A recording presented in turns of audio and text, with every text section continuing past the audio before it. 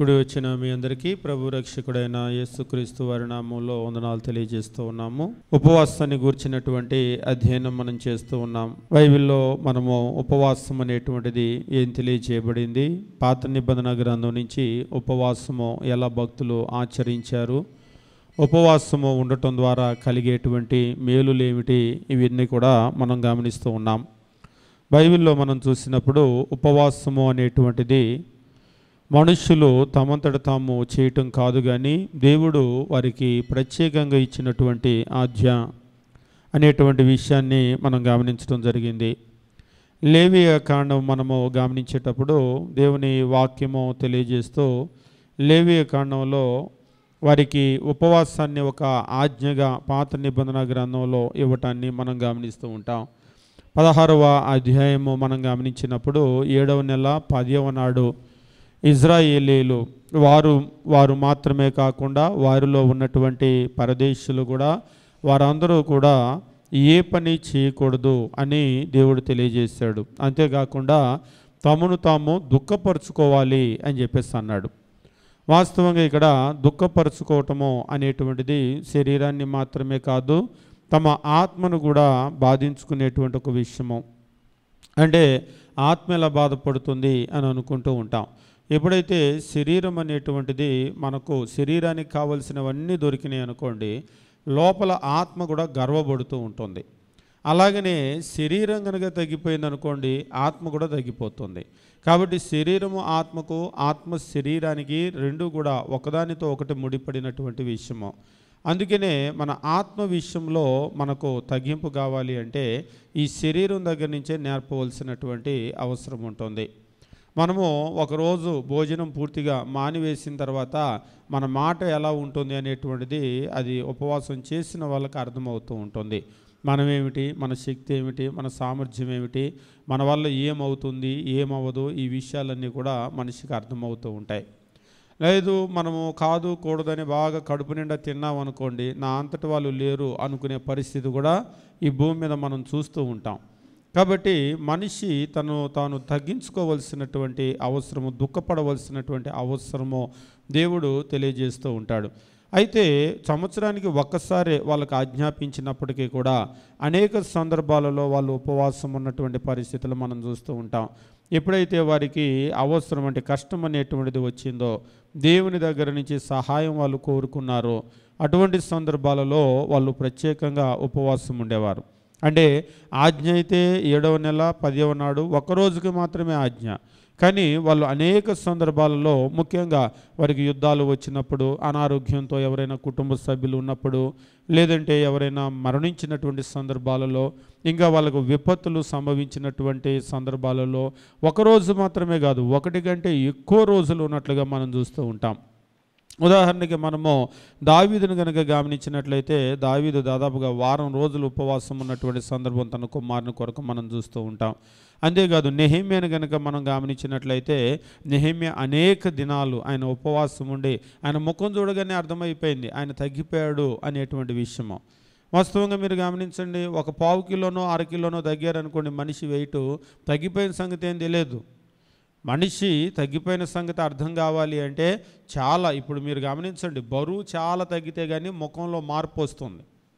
మీరు బరువు చాలా తగ్గలేదనుకోండి, ఒక 50 గ్రాములు 100 గ్రాములు పావు కిలో అర కిలోకి పెద్ద మార్పు ఏమి రాదు.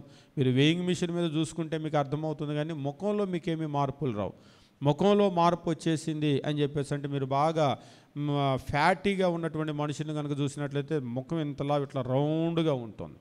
అదే మనం తగ్గిపోయినప్పుడు ఏమవుతుందంటే ఇవన్నీ కూడా ఈ ఫ్యాట్ అంతా కూడా తగ్గిపోయి ముఖం ఇలా కోల ముఖం అని అంటారు కదా. ఏ మనిషిదైనా సరే స్కెల్టిన్ చూసినప్పుడు ఇట్లా ఉండవు స్కెల్టిన్, అందరి స్కెల్టిన్ ఇలానే ఉంటుంది.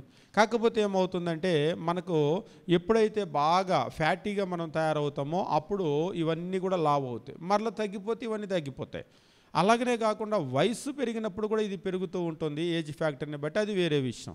అయితే ఏజ్ పెరిగినా కానీ ఒకవేళ లీన్గా సన్నగా ఉన్న వాళ్ళని చూడండి, మరలా ముఖం గుండ్రంగా ఉండదు.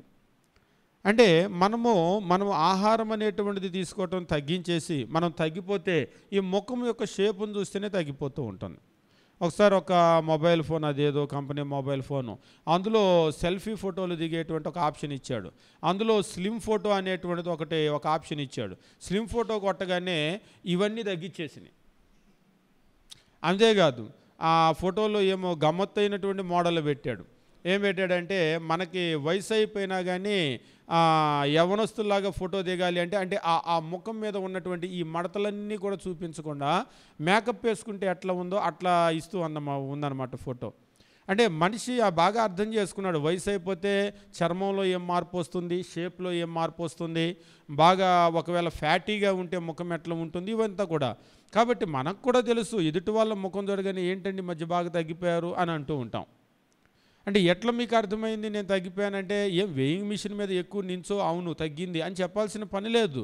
మనిషిని చూస్తే మనకు అర్థమైపోతూ ఉంటుంది. కాబట్టి ఇది ఏదో ఒక పూటో ఒక అరపూటో ఒక రోజో ఆహారం మానివేస్తే జరిగేటువంటిది కాదు. నెహెమ్యా గ్రంథంలో మనం గమనించేటప్పుడు ఆయన అనేక దినాలు దుఃఖపడినటువంటి పరిస్థితిని అక్కడ మనకు తెలియజేస్తూ ఉంటాడు. మనం చదువుకొని ముందుకు వెళ్ళిపోదాం. నెహెమ్యా గ్రంథం 1వ అధ్యాయం మనం గమనించినప్పుడు దేవుని వాక్యం ఈ రీతిగా తెలియజేస్తూ ఉంటాడు. నెహెమ్యా గ్రంథము 1వ అధ్యాయం మనం గమనించినప్పుడు 3వ వచనము, వారు చెరపట్టబడిన వారిలో శేషించిన వారు ఆ దేశంలో బహుగా శ్రమ నింద పొందుచున్నారు, మరియు యెరూషలేము యొక్క ప్రాకారము పడద్రోయబడినది, దాని గుమ్మాలు అగ్ని చేత కాల్చబడినవని నాతో చెప్పిరి. ఈ మాటలు వినినప్పుడు నేను కూర్చుండి ఏడ్చి కొన్ని దినములు దుఃఖముతో ఉపవాసముండి అని అంటూ ఉన్నాడు. కొన్ని దినములు ఇక్కడ కనుక మీరు గమనించినట్లయితే ఇదేదో ఒక రోజు 2 రోజులకు సంబంధించినటువంటి విషయం కాదు. ఇక్కడ అంటూ ఉన్నాడు, కొన్ని దినాలు నేను దుఃఖముతో ఉపవాసం ఉన్నాను అని చెప్పేసి అంటూ ఉన్నాడు. కాబట్టి దాదాపుగా ఆయన అనేక దినాలు ఉపవాసం ఉన్నటువంటి విషయాన్ని తెలియజేస్తూ ఉన్నాడు. అంతేకాదు ముఖ్యంగా కనుక మనం గమనించినట్లయితే దుఃఖం అనేటువంటిది మనిషిని చాలా కృంగదీస్తుంది. మనిషి ఆహారం తినకుండా తగ్గిపోవటం ఒక ఎత్తు అయితే, దుఃఖంతో ఉన్నప్పుడు మనిషి బాగా తగ్గిపోతూ ఉంటాడు. మనిషిలో శారీరకంగా అనేక రకాలైనటువంటి మార్పులు వస్తూ ఉంటాయి. కాబట్టి ఉపవాసం అనేటువంటిది ఆజ్ఞ అయితే ఒక రోజే ఉన్నప్పటికీ కూడా అనేక సందర్భాలలో ఇజ్రాయేలీలు ఉపవాసం ఉన్నటువంటి పరిస్థితులు, ముఖ్యంగా ఉపవాసం ఉండి వారు దేవుని దగ్గర చాలా గొప్ప సహాయాన్ని పొందినటువంటి పరిస్థితులు మనం చూస్తూ ఉంటాం. నెహెమ్యా గ్రంథంలో కూడా చూసినప్పుడు నెహెమ్యా ఉపవాసం ఊరికినే పోలేదు. ఆయన అనేక దినాలు దుఃఖంతో ఉపవాసం ఉండి దేవుని దగ్గర ప్రార్థన చేసినటువంటి దాని ప్రతిఫలం రాజు, ఆయన నెహెమ్యా అడగలేదు, ముందు రాజే గుర్తుపడతాడు. చూడండి, రాజే ఆ సంభాషణ ప్రారంభిస్తాడు. నీకు వ్యాధి లేదు కదా, నువ్వేంటి ఇలా ఉన్నావు అని రాజు అడుగుతాడు. నిజంగా రాజు వైపు నుంచి అడగటం అనేటువంటి చాలా గొప్ప సంగతి అది. అంతేకాదు నెహెమ్యా వెంటనే, అయ్యా నా పితరులు ఉండేటువంటి పట్టణం అంతా కూడా కాలిపోతే మరి నేను దుఃఖంతో కాకుండా ఎలాగా ఉంటానో అనేటువంటి విషయం అడిగినప్పుడు, ఏం కావాల్సి ఇదంతా నువ్వు చెప్తున్నావు అని చెప్పేసి అన్నాడు.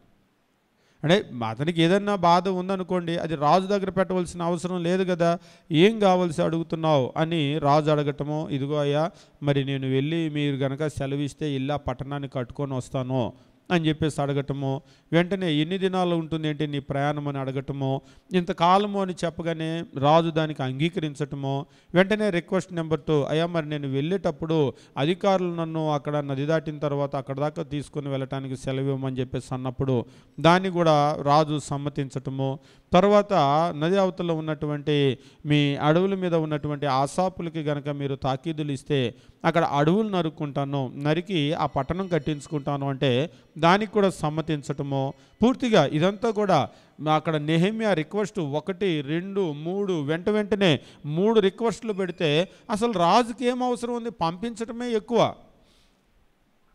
అలాంటిది పంపించటమే ఎక్కువ అని అనుకుంటే తన అధికారులను ఇచ్చి ఆయన్ని పంపించటమో, అంతేకాకుండా ఆయన అడవులు నరుక్కోవడానికి కావలసినటువంటి ఆ యొక్క సమ్మతిని కూడా తెలియజేయటము, తాకీదులు కూడా వ్రాయించటము, అంటే నెహెమ్యా చేసినటువంటి ఆ ఉపవాస ప్రార్థన అనేటువంటిది రాజు దగ్గర చాలా దయను పొందేటట్లుగా నెహెమ్యాకు సత్ఫలితాన్ని ఇచ్చింది. ఈరోజు కూడా మనకు ఎవరి దృష్టిలో అయినా సరే మనము జాలిని పొందాలి, దయను పొందాలి. ముఖ్యంగా అధికారుల దృష్టిలో మనకు తెలుగులో ఒక సామెత చెప్తూ ఉంటారు, కొంతమంది ముఖం చూస్తే పెట్టబుద్ధి అవుతుంది, కొంతమంది ముఖం చూస్తే కొట్టబుద్ధి అవుతుందని. పాపం ఒక్కోసారి ఇప్పుడు మనమైనా సరే ఎదుటి మనిషిని మనం చూసామనుకోండి, వెంటనే మనిషిని చూసి ముఖాన్ని చూసి మనకు ఒక అభిప్రాయం కలుగుతుంది, పాపం వీళ్ళకి ఏదైనా చేయాలి అని అనిపిస్తుంది లోపల. వీళ్ళకి ఏం చేయకూడదు ముందే ఫిక్స్ అయిపోతాం మనం కూడా. ఒకసారి అమ్మా అని చెప్పేసి ఎవరన్నా అడుక్కోవటానికి అడిగారనుకోండి, ఆ గొంతు వినగానే మనకంటూ ఒక అభిప్రాయం కలుగుతుంది, పాపం ఏదన్నా వేద్దాంలే, ఇంకా వాళ్ళని కూడా చూడలేదు. ఒక్కోసారి మనం ఆ గొంతు వినగానే ఆ గొంతులో సౌండ్ కనుక అంటే మనకు అనిపించింది అనుకోండి ఏమి ఇవ్వకూడదని, ఇక వాళ్ళు అక్కడే ఎంతసేపు నించున్నా కానీ వాళ్ళు ఏమి ఇవ్వరు. ఒకసారి ఇలాగనే అడుక్కునే వాళ్ళు అమ్మా అని చెప్పేసి అంటే ఏమి లేదు వెళ్ళు అన్నారు. ఆమె అక్కడే అమ్మ అమ్మ అమ్మ అమ్మ అని అడుగుతూనే ఉంది. ఆమె కూడా మొండిగా, ఆ ఇంట్లో వాళ్ళు కూడా నువ్వు ఎంతసేపు ఉన్నా నేను పో అన్నారు. అయితే ఆమె కాసేపు అక్కడే నిలబడింది, అరిచిన తర్వాత చేసేదేముంది, ఇప్పుడు వాళ్ళు ఇవ్వకూడదు అని అనుకుంది, మరి ఆమెకి ఎందుకు అనిపించిందో నేను మాత్రం ఇవ్వకూడదు అని అనుకుంది, ఆమె అలాగనే గట్టిగా ఉంది. ఒకసారి మీరు చూడండి, ఇవ్వాలి అని అనిపించింది అనుకోండి, లోపల ఎక్కడో పనిలో ఉన్న వాళ్ళు కూడా వచ్చిస్తూ ఉంటారు. అంటే అది మనకు కలగాలి, ఆ మనస్సు కలగాలి. ఎట్లా కలుగుతుంది ఆ మనస్సు అంటే, మన హృదయము దేవుని చేతిలో ఉంటుంది. దేవుడు ఏ మనిషి హృదయం ఎట్లా తిప్పాలంటే అట్లా తిప్పుతాడు. ఎదుటి మనిషిని మనకు అనుకూలంగా తిప్పాలంటే దేవుడు తిప్పుతాడు, వ్యతిరేకంగా తిప్పాలంటే కూడా తిప్పుతాడు. మనమేదో తల కిందకి కాలు పైకి పెట్టి వాళ్ళని ప్రసన్నం చేసుకోవటానికి రకరకాల విన్యాసాలు చేస్తూ ఉంటారు మనుషులు. అధికారులను మన వైపు తిప్పుకోవటానికి రకరకాల స్టంట్లు చేస్తూ ఉంటారు. అయితే ఇదంతా దేవుని చేతిలో ఉన్నది అనేటువంటిది మనం మర్చిపోకూడదు. దేవుడు ఒక మనిషిని మనకు అనుకూలంగా తిప్పాలంటే తిప్పగలడు, ప్రతికూలంగా తిప్పాలంటే కూడా తిప్పగలడు ఆయన. మనకు బైబిల్లో ఉంటుంది, శత్రువులను మిత్రులుగా చేయగలిగినటువంటి శక్తి దేవునికి ఉంది. కాబట్టి మనం గమనించవలసిన విషయం ఏమిటంటే, దేవుణ్ణి మించి ఏ కార్యము కూడా జరగదు. కాబట్టి ఏదైనా సరే దేవుని దగ్గర, మన భాషలో చెప్పాలంటే లోకంలో అప్పుడప్పుడు అంటూ ఉంటారు, ఇక్కడ స్విచ్ నొక్కితే అక్కడ లైట్ వెలుగుతుందని. అంటే ఏదైనా సరే దేవుని దగ్గర ఇక్కడి నుంచి ఆపరేట్ చేస్తే ప్రపంచంలో ఏదైనా సరే ఆపరేట్ అవుతుంది. కానీ మనం ఏం చేస్తామంటే, అసలు ఎక్కడ స్విచ్ ఉందో దాన్ని వదిలేసి అక్కడికి వెళ్తూ ఉంటాం. అక్కడికి వెళ్ళి అక్కడ వాళ్ళని ఏదో చేయాలి, మన వైపు తిప్పుకోవాలని చూస్తూ ఉంటాం. ఇవన్నీ కూడా వర్కౌట్ అవ్వవు. కాబట్టి నెహెమ్యా బాగా ఎరిగినటువంటి వాడు, యూదులకు బాగా తెలుసు ఎక్కడ చేస్తే ఎక్కడ అవుతుంది పని అనేటువంటి తెలుసు. మీరు చూడండి, యుద్ధాలు జరిగేటప్పుడు కఠినమైనటువంటి యుద్ధాలు జరుగుతుంటే వాళ్ళు వెళ్ళిపోయి దేవుని దగ్గర ఉపవాస ప్రార్థనలో కూర్చుంటారు. మన బోటోళ్ళు అయితే ఇక్కడ కూర్చున్నావేంటి, ఈ టైంలో నాకు కూర్చునేది ఉపవాసము ప్రార్థన విడిగా ఉన్నప్పుడు చేసుకోవచ్చులే, అక్కడ వచ్చి మీద పడుతున్నారు అని మనం అటు టెన్షన్ పడుతూ ఉంటాం. కానీ వాళ్ళకి బాగా తెలుసు ఇక్కడ కూర్చుంటేనే అక్కడ పని అవుతుందని. ఒకసారి మనం కూడా చూడండి, కొన్ని సందర్భాల్లో మనం ఏం చేస్తూ ఉంటామంటే, మనం దేవుని దగ్గర ప్రార్థన చాలా కఠినమైన పరిస్థితి, ఒత్తిడితో కూడిన పరిస్థితిలో నిజంగా దేవుని దగ్గర కూర్చొని కనుక మనం ప్రార్థన చేస్తే ఆ పని ఖచ్చితంగా అవుతుంది. కానీ మనం ఏం చేస్తామంటే, ఆ టెన్షన్లో ఆ ఒత్తిడిలో ఏం చేస్తామంటే, దేవుని దగ్గర ప్రార్థన చేసుకోకుండా వాళ్ళ దగ్గరికి వీళ్ళ దగ్గరికి అక్కడికి ఇక్కడికి తిరుగుతూ ఉంటాం. మనమేమనుకుంటామంటే అలా తిరిగితేనే అవుతుందని అనుకుంటాం. కానీ అలా కాదు. ఎప్పుడైతే దేవుని దగ్గర మనం కూర్చుంటామో, దేవునికి మొర్ర పెడతామో, అది అటు నుంచి దేవుడు కార్యం చేసుకుంటూ వస్తూ ఉంటాడు. కాబట్టి యూదుల విషయంలో ఇది వాళ్ళు బాగా నమ్మినటువంటి వాళ్ళు. మనం ఎస్తేరు గ్రంథంలో కూడా గమనించాం, అక్కడ యూదులందరూ కూడా చనిపోయేటువంటి పరిస్థితి వచ్చినప్పుడు ఎస్తేరు రాజు దగ్గరికి వెళ్ళే ముందు ఒకే ఒక మాట అంది, షూషాను పట్టణంలో ఉన్నటువంటి యూదులను సమాజ మందిరంలో నా కొరకు సమకూర్చి నా కొరకు అన్నపానములు తినకుండా అంటే మానివేసి 3 రోజులు ఉపవాసం ఉండండి అని చెప్పేసి అంది. అంటే ఉపవాసం ఉంటే ఏం జరుగుతుంది అనేటువంటిది, నువ్వు రాజు దగ్గరికి వెళ్ళాలి అంటే ఆ రాజు మనసు మార్చే శక్తి దేవునికి ఉంది. కాబట్టి దేవుణ్ణి మీరు ఇటు నుంచి రిక్వెస్ట్ పెట్టండి, దేవుడు అటు నుంచి ఆయన మనసు మారుస్తాడు, నేను అక్కడికి వెళ్తాను. నిజంగా చూడండి, వాళ్ళకి దేవుని మీద ఉపవాస ప్రార్థన మీద ఎంత నమ్మకం ఉందో. నిజంగానే వాళ్ళు నమ్మినట్లుగానే వాటన్నింటికి కూడా పాజిటివ్ రిజల్ట్ వచ్చినట్లుగా మనం చూస్తూ ఉంటాం. ఆ రోజే కాదు, ఈ రోజైనా సరే ఉపవాస ప్రార్థన ఉండేటువంటి వారందరూ కూడా, మేము చాలా చోట్ల వెళ్తూ ఉంటాం, ఉపవాసం ఉండి బ్రదర్ మేము ఇది ప్రార్థనలో పెట్టాము, ఇది అయింది, అది ప్రార్థనలో పెట్టాది, అది అయింది, అంతేగాని ఉపవాస ప్రార్థన చేసాము దానికి రిజల్టే రాలేదు అనేటువంటి వాళ్ళని మేము ఎప్పుడూ చూడలేదు. కాబట్టి ఉపవాస ప్రార్థనకు ఖచ్చితమైనటువంటి రిజల్ట్ అనేటువంటిది వస్తూ ఉంటుంది.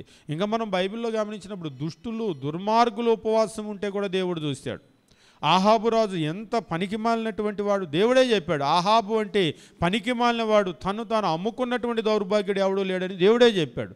అలాంటి దేవుడు ఆహాబు ఉపవాసం ఉంటే కూడా ఆయన ఉపవాసాన్ని చూసి ఆయన కరిగిపోయినటువంటి దేవుడు. అంతేకాదు నినేవే పట్టణస్థులు ఎంత దుర్మార్గులు అశ్షూరి వాళ్ళు అయినప్పటికీ కూడా వాళ్ళు ఉపవాసం ఉంటే కూడా దేవుడు వాళ్ళని కనికరించినటువంటి దేవుడు. కాబట్టి ఉపవాసం ఉంటే ఎలాంటి వాళ్ళకైనా సరే దాని ద్వారా ప్రతిఫలం కలుగుతుంది అనేటువంటిది ఖచ్చితంగా బైబిల్ను చదివేటప్పుడు మనం అర్థం చేసుకునేటువంటి విషయం. అయితే ఈ ఉపవాసం అనేటువంటి విషయంలో మనం గమనించినప్పుడు ఉపవాసం అంటే బైబిల్లో కనుక గమనించినట్లయితే 2 రకాలుగా ఉపవాసాలు చేసినట్లు మనం చూస్తూ ఉంటాం. ఒకటి పార్షియల్ ఫాస్టింగ్, అంటే ఆహారంలో కొంత మట్టుకు మానివేయటము, ఇటువంటి ఉపవాసం చేసిన పరిస్థితిని కూడా మనం చూస్తూ ఉంటాం. రెండవది అబ్సల్యూట్ ఫాస్టింగ్, అంటే ఇక పూర్తిగా మానివేయటం, అన్నపానాలు పూర్తిగా మానివేయటం. కాబట్టి బైబిల్లో అబ్సల్యూట్ ఫాస్టింగ్ ఉంది, పార్షియల్ ఫాస్టింగ్ ఉంది. కానీ ఎప్పుడైతే దేవుని దగ్గర వాళ్ళు సహాయాన్ని కోరుకుంటారో, సహాయాన్ని కోరుకున్నటువంటి పరిస్థితుల్లో మాత్రమో పార్షియల్ ఫాస్టింగ్ వాళ్ళు చేసేవాళ్ళు కాదు, అబ్సల్యూట్ ఫాస్టింగ్కి దిగేవాళ్ళు. అంటే ఇప్పుడు ఇంట్లో అయినా సరే మీరు గమనించండి, పిల్లలు ఏదైనా మొండికేసి నాకు ఇది కావాలి అన్నారనుకోండి, కావాలి అంటే ఏం చేస్తారు? ఉదయం నుంచి మధ్యాహ్నం దాకా సాయంత్రం దాకా మానేసి మళ్ళీ తిని మళ్ళీ తెల్లారి అట్లా కనుక అడిగితే ఇస్తారా? ఎవరు? ఇక మానేయటం అంటే మానేయటం, ఇక అంతే. దేవుని దగ్గర కూడా మీరు గమనించినప్పుడు యూదులు ఏదైనా దేవుని దగ్గర గట్టిగా ఒక సహాయాన్ని ఎదురు చూసినప్పుడు అబ్సల్యూట్ ఫాస్టింగ్ దిగిపోయేవాళ్ళు. మీరు దావీదును కూడా చూసినట్లయితే తన కుమారునికి ఆరోగ్యం బాగున్నప్పుడు 7 రోజులు పగలు రాత్రి ఆయన అబ్సల్యూట్ ఫాస్టింగ్, ఏమి తినకుండా ఏమి త్రాగకుండా బోర్ల పడుకున్నాడు అంతే దేవుని దగ్గరికి వెళ్ళిపోయి. మీరు మోషేను కూడా గమనించినప్పుడు 40 రోజులు అన్నపానములు ఏమీ లేకుండా ఉపవాసం చేయటాన్ని మనం చూస్తూ ఉంటాం. ఎస్తేరు గ్రంథంలో కూడా ఎస్తేరు ఆమె చెప్పినటువంటి మాటల్లో మీరు నా నిమిత్తము 3 దినములు అన్నపానములు చేయకుండా ఉపవాసముండుడి అని చెప్పేసి అంటుంది, without food and without water. కాబట్టి ఇది అబ్సల్యూట్ ఫాస్టింగ్ అనమాట. దేవుని దగ్గర మాకు ఏదైనా సహాయం కావాలి అని కనుక అనుకున్నట్లయితే వాళ్ళు ఖచ్చితంగా ఇటువంటి అబ్సల్యూట్ ఫాస్టింగ్కి పూర్తిగా ఏమీ తినకుండా వాళ్ళు ఉపవాసం ఉండేవాళ్ళు. అంతేగాని రిలే నిరాహార దీక్షలు అన్నట్లుగా రిలే ఉపవాసాలు అంతా కూడా ఉండేవాళ్ళు కాదు. అంటే వాళ్ళు కొంత మట్టుకు ఉన్న ఉపవాసాలు కూడా ఉండేవి. కానీ దేవుని దగ్గర మాకు ఏదైనా అవసరము, ఖచ్చితంగా ఈ అవసరాన్ని మేము దేవుని ద్వారా పొందాలి అనుకున్నప్పుడు మాత్రము వాళ్ళు పూర్తిగా అబ్సల్యూట్ ఫాస్టింగ్లోకి వెళ్ళిపోయేటువంటి వాళ్ళు. కాబట్టి నేను దేవుని దగ్గర ఏదైనా ఒక కార్యాన్ని సాధించుకోవాలంటే అలాగ కొంతమంది ఉంటారు, శుక్రవారం మేము ఉదయం నుంచి మధ్యాహ్నం వరకు ఉంటామండి, సాయంత్రం వరకు ఉంటామండి, లేకపోతే ఇలా చెప్తూ ఉంటారు. ఇలా ఒకవేళ ఉంటే పర్వాలేదు, బాగానే ఉంటుంది. కానీ దేవుని దగ్గర ఏదైనా ఒక సహాయం కావాలి అని కనుక అనుకున్నట్లయితే చాలా గట్టిగా అడగాల్సిన అవసరం ఉంటుంది. మీరు బైబిల్లో గమనించినప్పుడు 24 అవర్సే కాదు, మీరు గమనించండి, 2 రోజులు 3 రోజులు వారం రోజులు 40 రోజుల వరకు ఉపవాసం ఉన్న పరిస్థితులు మనం చూస్తూ ఉంటాం. 40 రోజులు. ఇవాళ రేపు కనుక మనం గమనించినట్లయితే ఉపవాసం అనేటువంటిది రోజు రోజుకి తగ్గిపోయినటువంటి పరిస్థితులు మనం చూస్తూ ఉంటాం. బైబిల్లో మనం గమనించినప్పుడు దేవుని వాక్యం ఈ రీతిగా తెలియజేస్తూ ఉంటుంది. ఉదాహరణకు ఒకరోజు ఉన్నటువంటి ఉపవాసాలు చాలా సందర్భాల్లో మనం చూస్తూ ఉంటాం. ఒకసారి మాత్రమే కాదు, ఉపవాసాలు ఒకరోజు ఉన్నటువంటి ఉపవాసాలు. ఉదాహరణకు న్యాయాధిపతుల గ్రంథము 20వ అధ్యాయం మనం గమనించినప్పుడు అక్కడ జరిగినటువంటి ఒక యుద్ధాన్ని గురించి మనం గమనిస్తూ ఉంటాం. ఒక బెన్యామీనీయుడుకు తన భార్యను పాడు చేసి అక్కడ ఉన్నటువంటి గిబియా నివాసులంతా కూడా దుర్మార్గులైనటువంటి వాళ్ళు ఆ భార్య చనిపోయిన తర్వాత ఆయన ఈ అన్యాయాన్ని తీసుకొని ఇజ్రాయేలు 12 గోత్రాల ముందు పెట్టిన తర్వాత 12 గోత్రాలు వాళ్ళంతా కూడా 11 గోత్రాల వాళ్ళు కూడా పోగై వచ్చి ఏమిటి ఇలా జరిగిందని చెప్పేసి అడిగినప్పుడు గిబియాలో ఉన్నటువంటి వారు నా భార్యని ఇట్లా చేశారన్నప్పుడు వారు ఆ గిబియాలో ఉన్నటువంటి ఆ దుర్మార్గులను అప్పగించండి అంటే మా వాళ్ళని మేము అప్పగించము అని వాళ్ళు అనటము, ఒక యుద్ధం జరగటం మనం చూస్తూ ఉంటాం. కాకపోతే ఏంటంటే న్యాయము ఈ 11 గోత్రాల వాళ్ళ పక్షంగా ఉన్నప్పటికీ బెన్యామీను గోత్రం వాళ్ళు అన్యాయమే చేస్తున్నారు. అయినప్పటికీ కూడా ఆ రోజు యుద్ధంలో బెన్యామీను వాళ్ళదే గెలిపోయింది, అన్యాయం చేసినటువంటి వాళ్ళది. న్యాయం వీళ్ళ పక్షాన ఉన్నప్పటికీ కూడా 22,000 మంది పాపం వీళ్ళు చనిపోయారు ఆ రోజు యుద్ధంలో. మరలా 2వ రోజు యుద్ధానికి వెళ్ళారు, అయినప్పటికీ కూడా మరలా 2వ రోజు వీళ్ళే 18,000 మంది చనిపోయారు న్యాయం వీళ్ళ పక్షంగా ఉన్నప్పటికీ.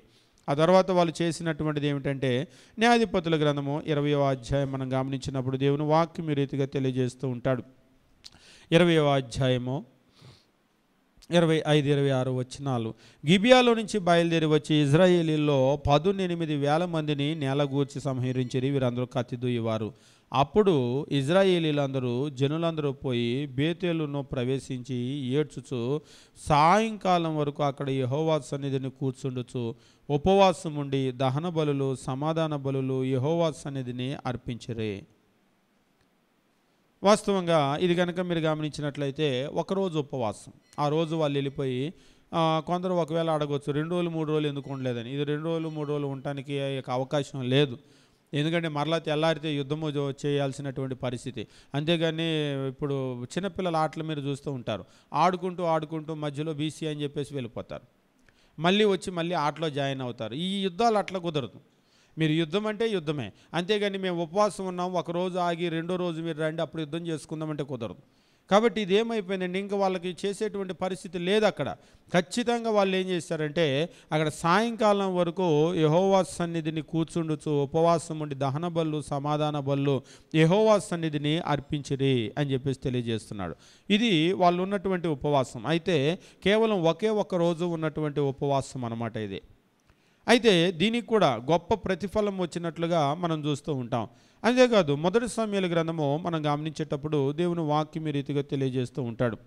సమూయేలు మొదటి గ్రంథము 14వ అధ్యాయము మనం గమనించినప్పుడు, సమూయేలు మొదటి గ్రంథంలో 14వ అధ్యాయము ఇజ్రాయేలీలకు ఫిలిస్తీన్లకు జరిగినటువంటి ఒక యుద్ధాన్ని గురించి ఇక్కడ తెలియజేస్తూ ఉంటాడు. యుద్ధాన్ని గురించి తెలియజేసినప్పుడు 14వ అధ్యాయము దేవుని వాక్యం ఈ రీతిగా తెలియజేస్తూ ఉంటాడు.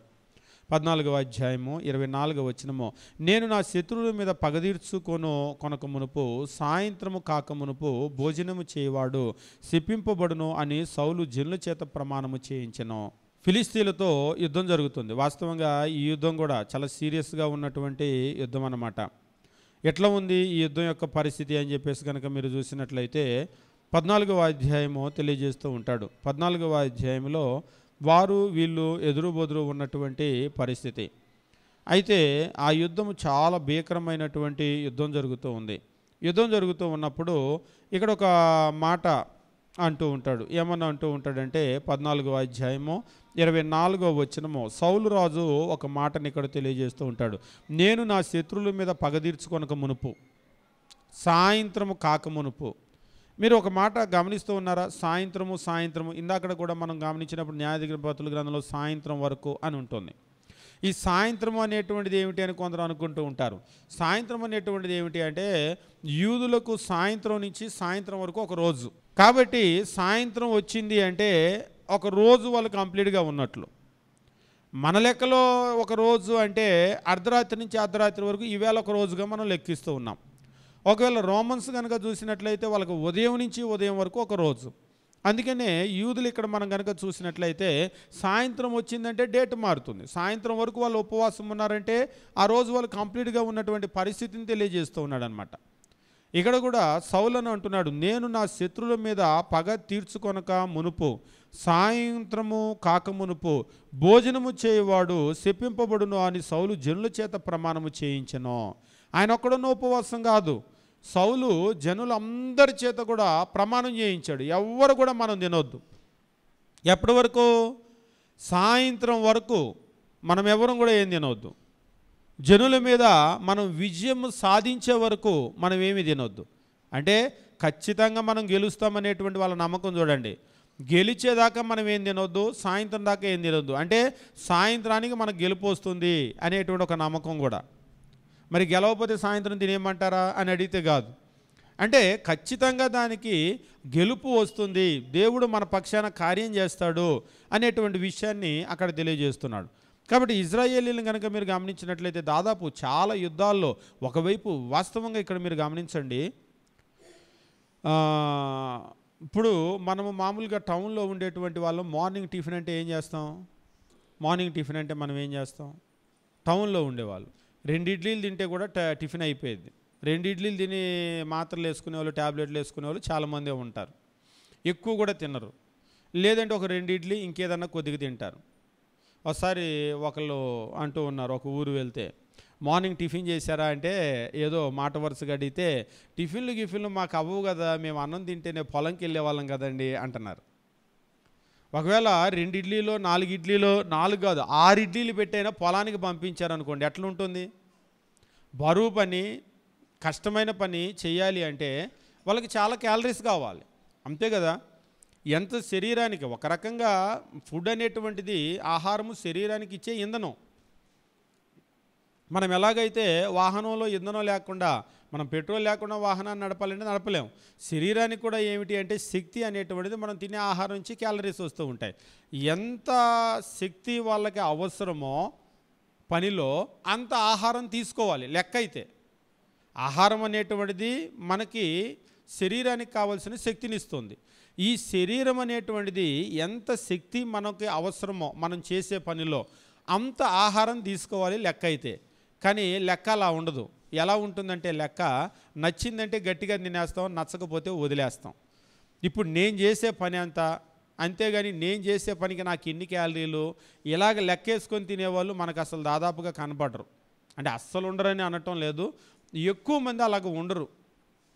కానీ మీరు ఆహారం కొన్ని దేశాల్లో కనుక చూసినట్లయితే చాలా బాగా వాళ్ళు ఆహారం అనేటువంటిది ఒక కొలత ఉంటూ ఉంటుంది. అంటే మార్నింగ్ మనం ఒకవేళ టిఫిన్ ఇది తీసుకుంటే ఎన్ని క్యాలరీలు వస్తాయి, మనకి ఎన్ని క్యాలరీలు అవసరం, లేకపోతే మనకు మధ్యాహ్నం ఆహారం ఎంత అవసరం, రాత్రి ఆహారం ఎంత అవసరం, నేను ఏ పని చేస్తున్నా నాకు ఎంత ఆహారం అవసరం అని దాని ప్రకారం డైట్ ప్లాన్ చేస్తారు.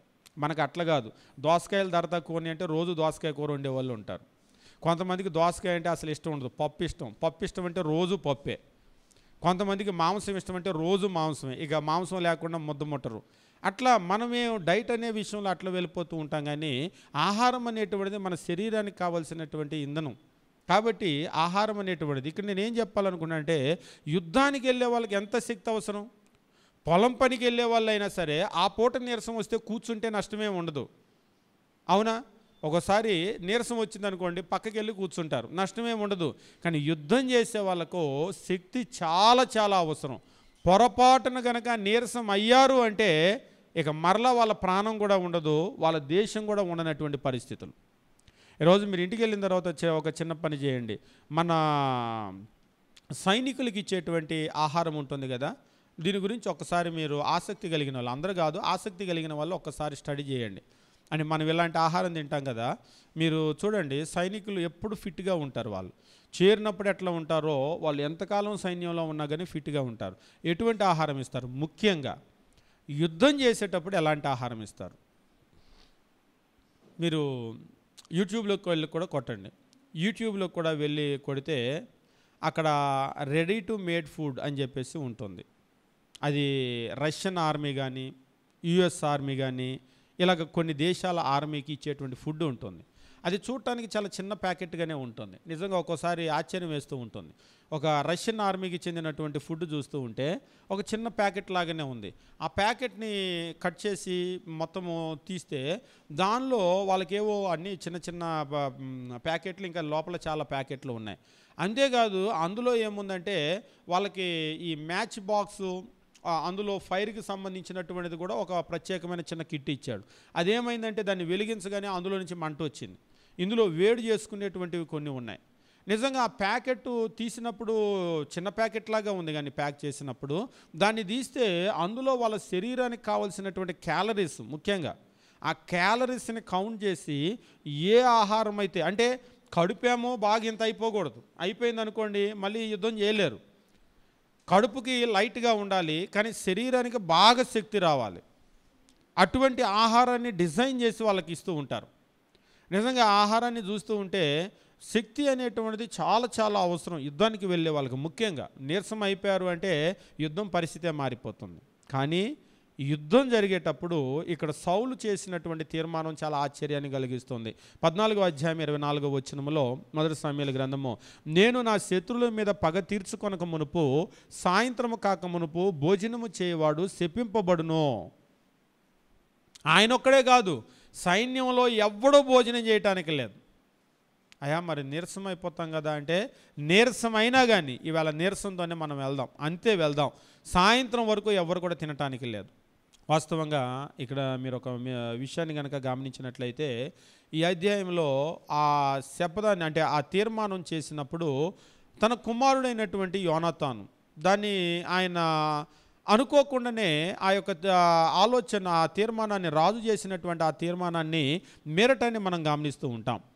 ఇక్కడ కింది వచనాలు గమనించినప్పుడు దేవుని వాక్యం ఈ రీతిగా తెలియజేస్తూ ఉంటాడు. మనము 14వ అధ్యాయము గమనించినప్పుడు ఇక్కడ సౌలు చేసినటువంటి ఆ తీర్మానము యోనాతాను తనకు తెలియకుండానే 27వ వచనము మనం గమనించినప్పుడు, అయితే యోనాతాను తాను తన తండ్రి జనుల చేత చేయించిన ప్రమాణము వినలేదు. మరి ఆయన అక్కడ ఉన్నాడో లేదంటే ఇంకెక్కడికైనా వెళ్ళాడో ఎట్లనో పరిస్థితి. కానీ ఇక్కడ మనం ఈ అధ్యాయం ఇంటికి వెళ్ళిన తర్వాత చదవండి. అధ్యాయం కనుక ఇంటికి వెళ్ళిన తర్వాత చదివితే వాస్తవంగా ఫిలిస్తీన్లు అటువైపు దిగారు, ఇటువైపేమో ఇజ్రాయేలీలు దిగారు. ఇజ్రాయేలీలు దిగినప్పుడు ఇక్కడ యోనాతాను చేసినటువంటి ఒక గొప్ప యుద్ధం ఉంటుంది. ఆయనేమో వినలేదు, ప్రమాణం చేయించాడు. వినలేదు కాబట్టి ఆయన ఏం చేస్తాడంటే 27వ వచనం, గనుక తన చేతి కర్ర చాపి దాని కొనను తేనె పట్టులో ముంచి తన చెయ్యి నోటిలో పెట్టుకొనగా అతని కనులు ప్రకాశించెను. మనం ఏమి తినొద్దు అన్నటువంటి ఆ ప్రమాణం తన కుమారుడైన యోనాతాను వినలేదు. ఆయన ఏం చేస్తాడంటే అతని కర్రను చాపి ఆ కొనని తీసి తేనె పట్టులో పెట్టాడు.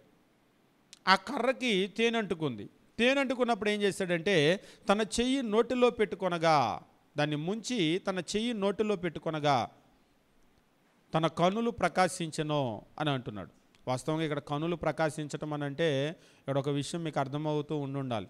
ఒకవేళ ఇది ఎవరికి అర్థమవుతుందంటే, మీరు బాగా ఉపవాసం ఉన్నారు అనుకోండి, ఉపవాసం బాగా ఉన్నారు, లేకపోతే ఏమీ తినలేదు, ఒక రోజంతా ఏమీ తినలేదు, బాగా నీరసం వచ్చింది. నీరసం వస్తే ఎట్లా ఉంటుంది?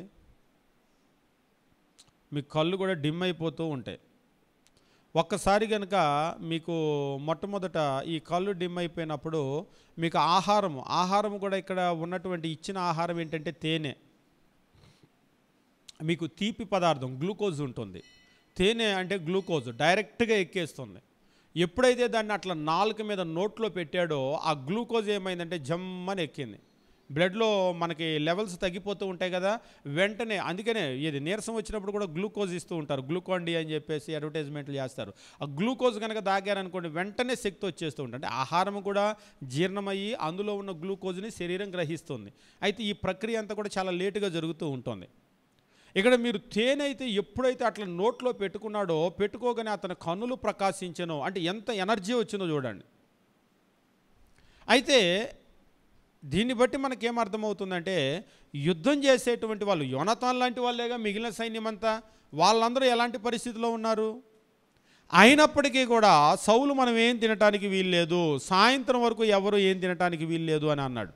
అంటే మా శక్తి ముఖ్యమా లేకపోతే దేవుని సహాయం ముఖ్యమా అంటే దేవుని సహాయమే ముఖ్యం.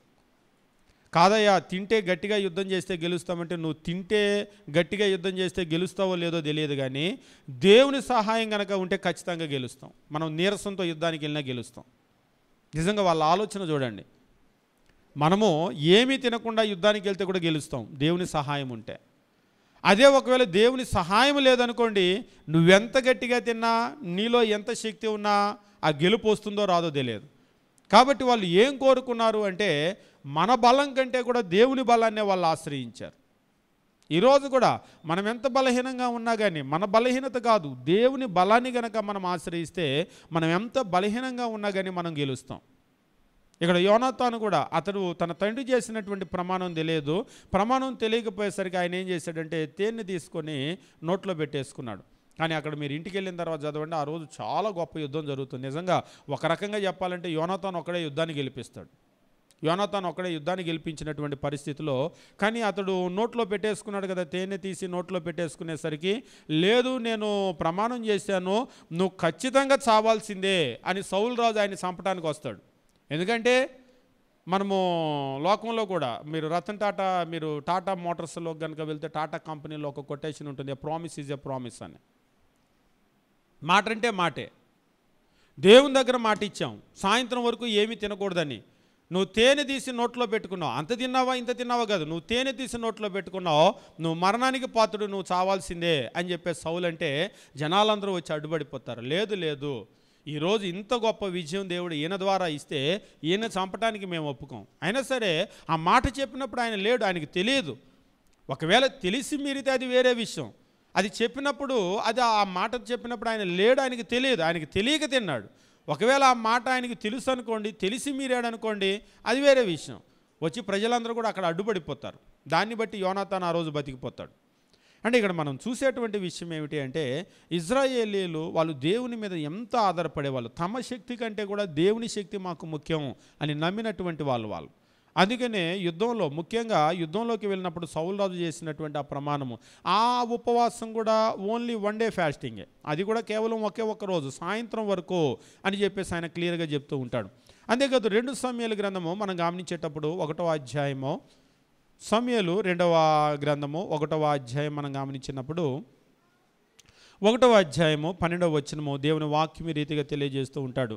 సౌలును యోనాతానును యెహోవా జనులను ఇజ్రాయేలు ఇంటి వారును యుద్ధంలో కూలిరని వారిని గూర్చి దుఃఖపడుచు ఏడ్చుచు సాయంత్రం వరకు ఉపవాసం ఉండేరి. 1 సమూయేలు చివరి అధ్యాయంలో మీరు చూసినప్పుడు మరలా ఫిలిస్తీన్లతో జరిగినటువంటి యుద్ధంలోనే సౌలు చనిపోతాడు, యోనాతాను చనిపోతాడు, సౌలు ఇంటి వారందరూ చనిపోతారు, ఇజ్రాయేలీలు అనేక మంది కూలిపోతారు. ఆ మరణ వార్త ఎప్పుడైతే దావీదు దగ్గరకు తీసుకుని వచ్చారో, దావీదుతో ఉన్నటువంటి వారు దాన్ని విన్నప్పుడు 12వ వచనంలో చెప్తూ ఉన్నాడు, సౌలును యోనాతానును యెహోవా జనులను ఇజ్రాయేలు ఇంటి వారును యుద్ధంలో కూలిరని వారిని గూర్చి దుఃఖపరచుచు ఏడ్చుచు సాయంత్రం వరకు ఉపవాసం ఉండిరి. మరలా ఇది కూడా 1 డే ఫాస్టింగ్. మీరు గమనించండి, ఇజ్రాయేలీల చరిత్రలో మీరు చదివినప్పుడు ఒకరోజు ఉపవాసాలు, 1 డే ఫాస్టింగ్, 24 అవర్స్ ఫాస్టింగ్ అనేటువంటిది చాలా ఎక్కువగా మీరు చూస్తూ ఉంటారు. చాలా సందర్భాల్లో, ఒక సందర్భంలో కాదు, అనేకమైనటువంటి సందర్భాల్లో మనం చూస్తూ ఉంటాం. 3వ అధ్యాయము 2 సమూయేలు 2వ గ్రంథమే 3వ అధ్యాయము మనం గమనించినప్పుడు 3వ అధ్యాయము 35వ వచనము, ఇంకా వెలుగున్నప్పుడు జనులు దావీదు నొద్దకు వచ్చి భోజనము చేయమని అతని బ్రతిమాలగా దావీదు ప్రమాణం చేసి, సూర్యుడు అస్తమించక మునుపు ఆహారం ఏమైనాను నేను రుచి చూచిన ఎడల దేవుడు నాకు గొప్ప అపాయము కలగజేయునుగాక అని చెప్పేసి అన్నాడు. మీరు పైన కనుక గమనించినట్లయితే అక్కడ ఒక యుద్ధం జరుగుతూ ఉంది. జరుగుతున్నటువంటి యుద్ధం కూడా చాలా భీకరంగా జరుగుతున్నటువంటి యుద్ధము. ఆ యుద్ధంలో ఇక్కడ అబ్నేరు కూలిపోయినటువంటి పరిస్థితిని కూడా మనం చూస్తూ ఉంటాం. 3వ అధ్యాయం, ఎట్లనగా అబ్నేరు నీచుడు ఒకడు చచ్చునట్లుగా నీవు చావదగునా, నీ చేతులు కట్టులు లేకుండా ఇక్కడ అబ్నేరును చంపేసినటువంటి పరిస్థితిని మనం చూస్తూ ఉంటాం. అబ్నేరు చనిపోయినటువంటి ఆ పరిస్థితిలో దావీదు దుఃఖపడి సాయంత్రం వరకు కూడా నేను ఏమి తినను అని చెప్పేసి అన్నాడు. యోవాబు అబ్నేరును చంపేశాడు. అంటే వాళ్ళకి బాగా యుద్ధాలు జరుగుతూ ఉన్నాయి. అంటే దావీదు ఒక పక్షం అయిపోయాడు, సౌలు రాజు ఒక పక్షం అయిపోయాడు. ఆ సౌలు మరణించిన తర్వాత కూడా సౌలు కుటుంబీకులతో యుద్ధం జరుగుతూనే ఉంది. ఆ యుద్ధంలో ఏమైందంటే యోవాబు కుట్రపూరితంగా అబ్నేరును చంపేశాడు. చంపినటువంటి సందర్భంలో మరలా ఇక్కడ వచ్చి భోజనం చేయి అంటే, చనిపోయాడు, పాతి పెట్టడము కార్యక్రమాలు జరుగుతాయి కానీ వచ్చి భోజనం చేయి అని చెప్పేసి అంటే, అక్కడ దావీదు చెప్పినటువంటి మాట 35వ వచనంలో చెప్తూ ఉన్నాడు, ఇంకా వెలుగు ఉన్నప్పుడు జనులు దావీదు నొద్దకు వచ్చి భోజనం చేయమని అతని బతిమాలగా దావీదు చెప్తూ ఉన్నాడు. దావీదు ప్రమాణము చేసి, సూర్యుడు అస్తమించక మునుపు ఆహారం ఏమైనాను నేను రుచి చూడని ఎడల దేవుడు నాకు గొప్ప అపాయము కలగజేయునుగాక. నేను సూర్యుడు అస్తమించక మునుపు నేను ఆహారం తినను అంటే రోజు మారాల్సిందే, ఈ రోజు నేనేం తినను అని దాని అర్థం అన్నమాట. కాబట్టి ఇది 1 డే ఫాస్టింగ్. మనం చూసినప్పుడు ఇజ్రాయేలీల చరిత్రలో అనేక సందర్భాల్లో ఒకరోజు ఉపవాసం అంటే సాయంత్రం వాళ్ళకి ఈవినింగ్ టు ఈవినింగ్ 1 డే, కాబట్టి సాయంత్రం అయ్యే వరకు వాళ్ళు ఉపవాసం ఉండేవాళ్ళు. ఈరోజు కూడా మీరు కనుక చూసినట్లయితే కొంతమంది ఉపవాసము సాయంత్రానికి విరమిస్తూ ఉంటారు. సాయంత్రానికంటే 4ంటికే విరమించేసే వాళ్ళు ఉంటారు. సూర్యుడు ఉండగానే 5ంటికే ఇంటికి వెళ్ళిపోతాయని తినేస్తాం అనే వాళ్ళు ఉంటారు. కొంతమంది 6, 7 అయితే తింటారు. అసలు కొంతమంది ఆ నైట్ కూడా ఏమి తినరు. ఎందుకంటే కొంతమంది మన లెక్క ప్రకారం మనకి నైట్ నుంచి నైట్కి అర్ధరాత్రి నుంచి అర్ధరాత్రి వరకు ఒక రోజు, కాబట్టి వాళ్ళు నైట్ కూడా ఏమి తినరు. మళ్ళీ తెల్లారితే కానీ మరలా తింటారు, ఆ నైట్కి కూడా ఏమి తినరు. కానీ కొంతమంది అయితే ముందు రోజు రాత్రి భోజనం చేస్తారు. రేపు కదా ఉపవాసం. ఒక ఉపవాసం అంటే పొద్దున్నే టిఫిన్ మానేస్తారు, మధ్యాహ్నం భోజనం మానేస్తారు, మళ్ళీ నైట్కి తినేస్తారు. అక్కడ కనీసము ఒక 24 గంటలు, వాళ్ళకంటే ఈవినింగ్ టు ఈవినింగ్ 1 డే కాబట్టి వాళ్ళ లెక్క వేరే ఇజ్రాయేలీలది. కనీసం మనకు ఒక 24 గంటలు రాదు. ఒకవేళ 24 గంటలు ఎప్పుడు వస్తుంది, మనం ముందు రోజు రాత్రే కనుక మానేసామనుకోండి, రాత్రి భోజనం మానేసామనుకోండి, ముందు రోజు రాత్రే మానేస్తే నిన్న మధ్యాహ్నం తింటారు, ఇక ముందు రోజు నుంచి రాత్రి నుంచి మానేశారు కాబట్టి రాత్రి ఒకరోజు అంటే కనీసం 3 భోజనాలు కదా మనకి, ఉదయం టిఫిను, మధ్యాహ్నం భోజనం, రాత్రి భోజనం. ముందు రోజు రాత్రే మానేశారనుకోండి, ఆ రాత్రి ఉదయం టిఫిను, మధ్యాహ్నం భోజనం ఒక రోజు లెక్క అవుతుంది. కనీసం 1 డే మీల్ మనం మానేసినట్లుగా లెక్క. ఇక ఈ లెక్కలన్నీ ఇంతగా లెక్కలు ఒకలా అంటూ ఉన్నారు, ఇంత యాక్యురేట్గా చేయాలంటే కష్టం అది అని చెప్పేసి. ఏదో మానేమంటే మానేము, సాయంత్రం కూడా తినేవరా అని చెప్పేసి. ఇవాళ ఇప్పుడు నిన్నటి నుంచి ఉపవాసం ఎట్లా మొదలు పెడతాం, ఇవాళ కదా అన్నారు పొద్దుటి నుంచి మొదలు పెడతామంటారు. మరి ఇవాళ కదా అన్నారు పొద్దుటి నుంచి మొదలు పెడితే కనీసం పొద్దున, మధ్యాహ్నం, సాయంత్రం, రాత్రికి కనీసం ఆ రాత్రి అన్నా మానేస్తే 1 డే అవుతుంది. అంటే కొంతమంది సాయంత్రం వరకు అని ఉంది బైబిల్లో, చూడండి బ్రదర్ అన్నారు. సాయంత్రం వరకు అంటే వాళ్ళ లెక్క వేరు. వాళ్ళకి సాయంత్రం నుంచి సాయంత్రం వరకు ఒక రోజు, వాళ్ళకి సాయంత్రం నుంచి సాయంత్రం వరకు ఒక రోజు కాబట్టి నిన్న సాయంత్రం నుంచే మొదలు పెడతారు వాళ్ళు ఫాస్టింగ్. మనకులాగా ఇవాళ పొద్దున్న నుంచి మొదలు పెట్టరు. వాళ్ళకి నిన్న సాయంత్రం నుంచే డేట్ మారింది కాబట్టి నిన్న సాయంత్రం నుంచే ఫాస్టింగ్ మొదలు పెడతారు, ఉపవాసం. కాబట్టి ఈవేళ సాయంత్రం వరకు ఉన్నారనుకోండి, ఒక రోజు అయిపోతుంది వాళ్ళకి. కాబట్టి ఇజ్రాయేలీల చరిత్రలో మనం గమనించినప్పుడు ఉపవాసం అనేటువంటిది వాళ్ళు ఎంతకాలం చేసేవాళ్ళు అంటే 1 డే ఫాస్టింగ్లు చాలా ఎక్కువగా మీరు చూస్తూ ఉంటారు. 1 డే అంటే సాయంత్రం వరకు వాళ్ళకి ఒక రోజు, సాయంత్రానికి మళ్ళీ డేట్ మారుతుంది కాబట్టి 2వ రోజు స్టార్ట్ అవుతుంది. కాబట్టి డేట్ మారిపోతుంది, వేరే రోజు అది. కాబట్టి దాన్ని మనం ఆలోచనలో ఉంచుకోవాల్సినటువంటి అవసరం ఉంది. అంతేకాదు దానియేలు గ్రంథము 6వ అధ్యాయం మనం చదివేటప్పుడు, దానియేలు గ్రంథము 6వ అధ్యాయము, ఇది మనందరికీ కూడా బాగా తెలిసినటువంటి వచ్చిన భాగము. 6వ అధ్యాయము 18వ వచనము మనం గమనించినప్పుడు, దానియేలుని సింహాల బోన్లో వేసినటువంటి పరిస్థితి. వాస్తవంగా దానియేలుని సింహాల బోన్లో వేయటం అనేటువంటిది రాజుకు కూడా ఇష్టం లేదు. ఎందుకంటే రాజుకు చాలా ఇష్టమైనటువంటి వ్యక్తి దానియేలు. కాకపోతే వీళ్ళు ఏం చేశారంటే, ఆ లోకల్ పీపుల్ అంతా కూడా, స్థానికులందరూ కూడా కలిసి, అక్కడ ఉన్న అధికారులు కుట్రపూరితమైనటువంటి ఒక శాసనాన్ని రాజు చేసేటట్లుగా రాజును ప్రేరేపించి ఒక కుట్రను చేసి, మీ దగ్గర కాకుండా వేరే ఎవరి దగ్గరైనా సరే విజ్ఞాపన కనుక చేసినట్లయితే అతను మరణశిక్ష విధించాలి అనేటువంటి ఒక శాసనాన్ని చేశారు. కానీ దానియేలు దేవునికి ప్రార్థన చేసినటువంటి సందర్భంలో దానియేలును పట్టుకొని వచ్చి అక్కడ అప్పగించినటువంటి సందర్భంలో, దానియేలు గ్రంథము 6వ అధ్యాయము మనం గమనించినప్పుడు దేవుని వాక్యం ఈ రీతిగా తెలియజేస్తూ ఉన్నారు. 14వ వచనము, రాజు ఈ మాట విని బహుగా వ్యాకులపడి, అయ్యా మరి మీరు ఇలాంటి శాసనం చేశారు కదా, దానియేలు మీ దగ్గర కాకుండా వాళ్ళ దేవుని దగ్గర ఆయన ప్రార్థన చేస్తూ వస్తున్నాడు అని చెప్పేసి అన్నప్పుడు, రాజు ఈ మాట విని 14వ వచనం, బహుగా వ్యాకులపడి దానియేలును రక్షింపవలనని తన మనసు దృఢము చేసుకొని, ఇక్కడ ఒక మాట చెప్తున్నాడు, దానియేలును రక్షించాలని తన మనసు దృఢము చేసుకున్నాడు అని చెప్పేసి అంటున్నాడు. ఇక్కడ రాజు ఎంత గట్టిగా పోరాడాడు అంటే దానియేలు కోసం, తన మనస్సును ఇక్కడ వాస్తవంగా పారసీక చట్టము ఎంత గట్టిదో తెలియజేస్తూ ఉన్నాడు. రాజు చేసిన చట్టము రాజే తప్పించాలి అని తన మనస్సును దృఢపరుచుకున్న ఆయన వల్ల కాలేదు. అంటే ఒక్కసారి శాసనం చేస్తే ఇక వాళ్ళు కూడా ఏం చేయలేరు. తన మనస్సును దృఢపరుచుకొని దానియేలును రక్షించాలి అని అనుకున్నాడు. కానీ సూర్యుడు అస్తమించు వరకు అతన్ని విడిపించడానికి ప్రయత్నం చేశాడు.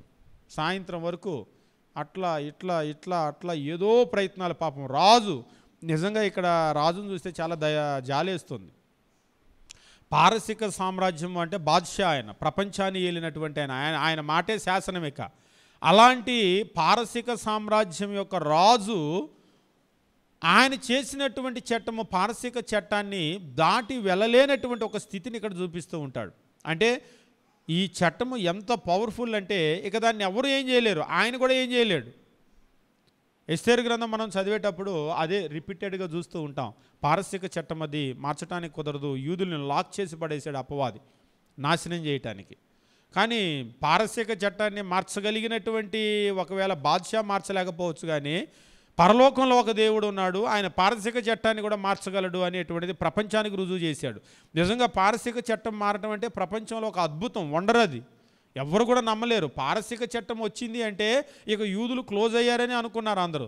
కానీ పారసిక చట్టాన్ని మార్చి చూపించాడు దేవుడు. అక్కడ మొర్దెకైకి అయితేనేమి, ఎస్తేరుకి అయితేనేమి, వాళ్ళకి ఇచ్చిన జ్ఞానం అయితేనేమి, అక్కడ పారసీక రాజే ఆయన అనుకూలంగా ఉండి ఆ ఉంగరాన్ని తీసి మీరు ఏం చేసుకుంటారో చేసుకోండి, నా పేరట రాసుకోండి, మీరే ముద్ర వేసుకోండి అని ఫ్రీ హ్యాండ్ ఇచ్చేసి వాళ్ళకి వెళ్ళిపోవటం అనేటువంటిది నిజంగా అద్భుతం.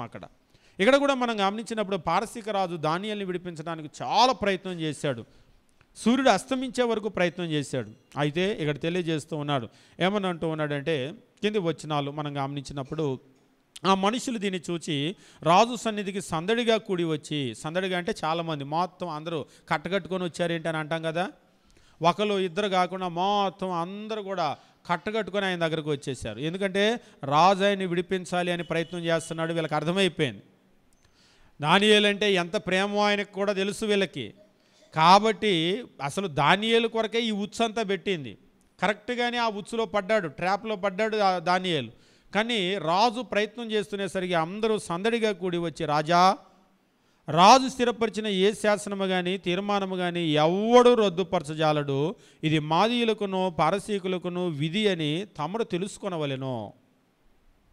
మీరు ఒక విషయం గుర్తు చేసుకోవాలి, మాదీయులు కానీ పారసీకులు కానీ ఒక శాసనాన్ని చేశారంటే ఎవ్వడూ రద్దుపరచలేరు, అంటే మీరు కూడా చేయలేరు అని చెప్పకుండానే చెప్తున్నారు అనేటువంటిది మీరు తెలుసుకోవాలి. అంటే దాని అర్థం ఏంటి? మీరేదో దానియేలు కొరకు ప్రయత్నాలు చేస్తూ ఉన్నారు, అనవసరం. అది మాదీయులు పారసీకుల చట్ట ప్రకారము దాన్ని మార్చడం కుదరదు, కాబట్టి మీరు తెలుసుకోవాలి అని చెప్పేసి అన్నప్పుడు 16వ వచనం, అంతటా రాజు ఆజ్ఞేయగా. ఎప్పుడు?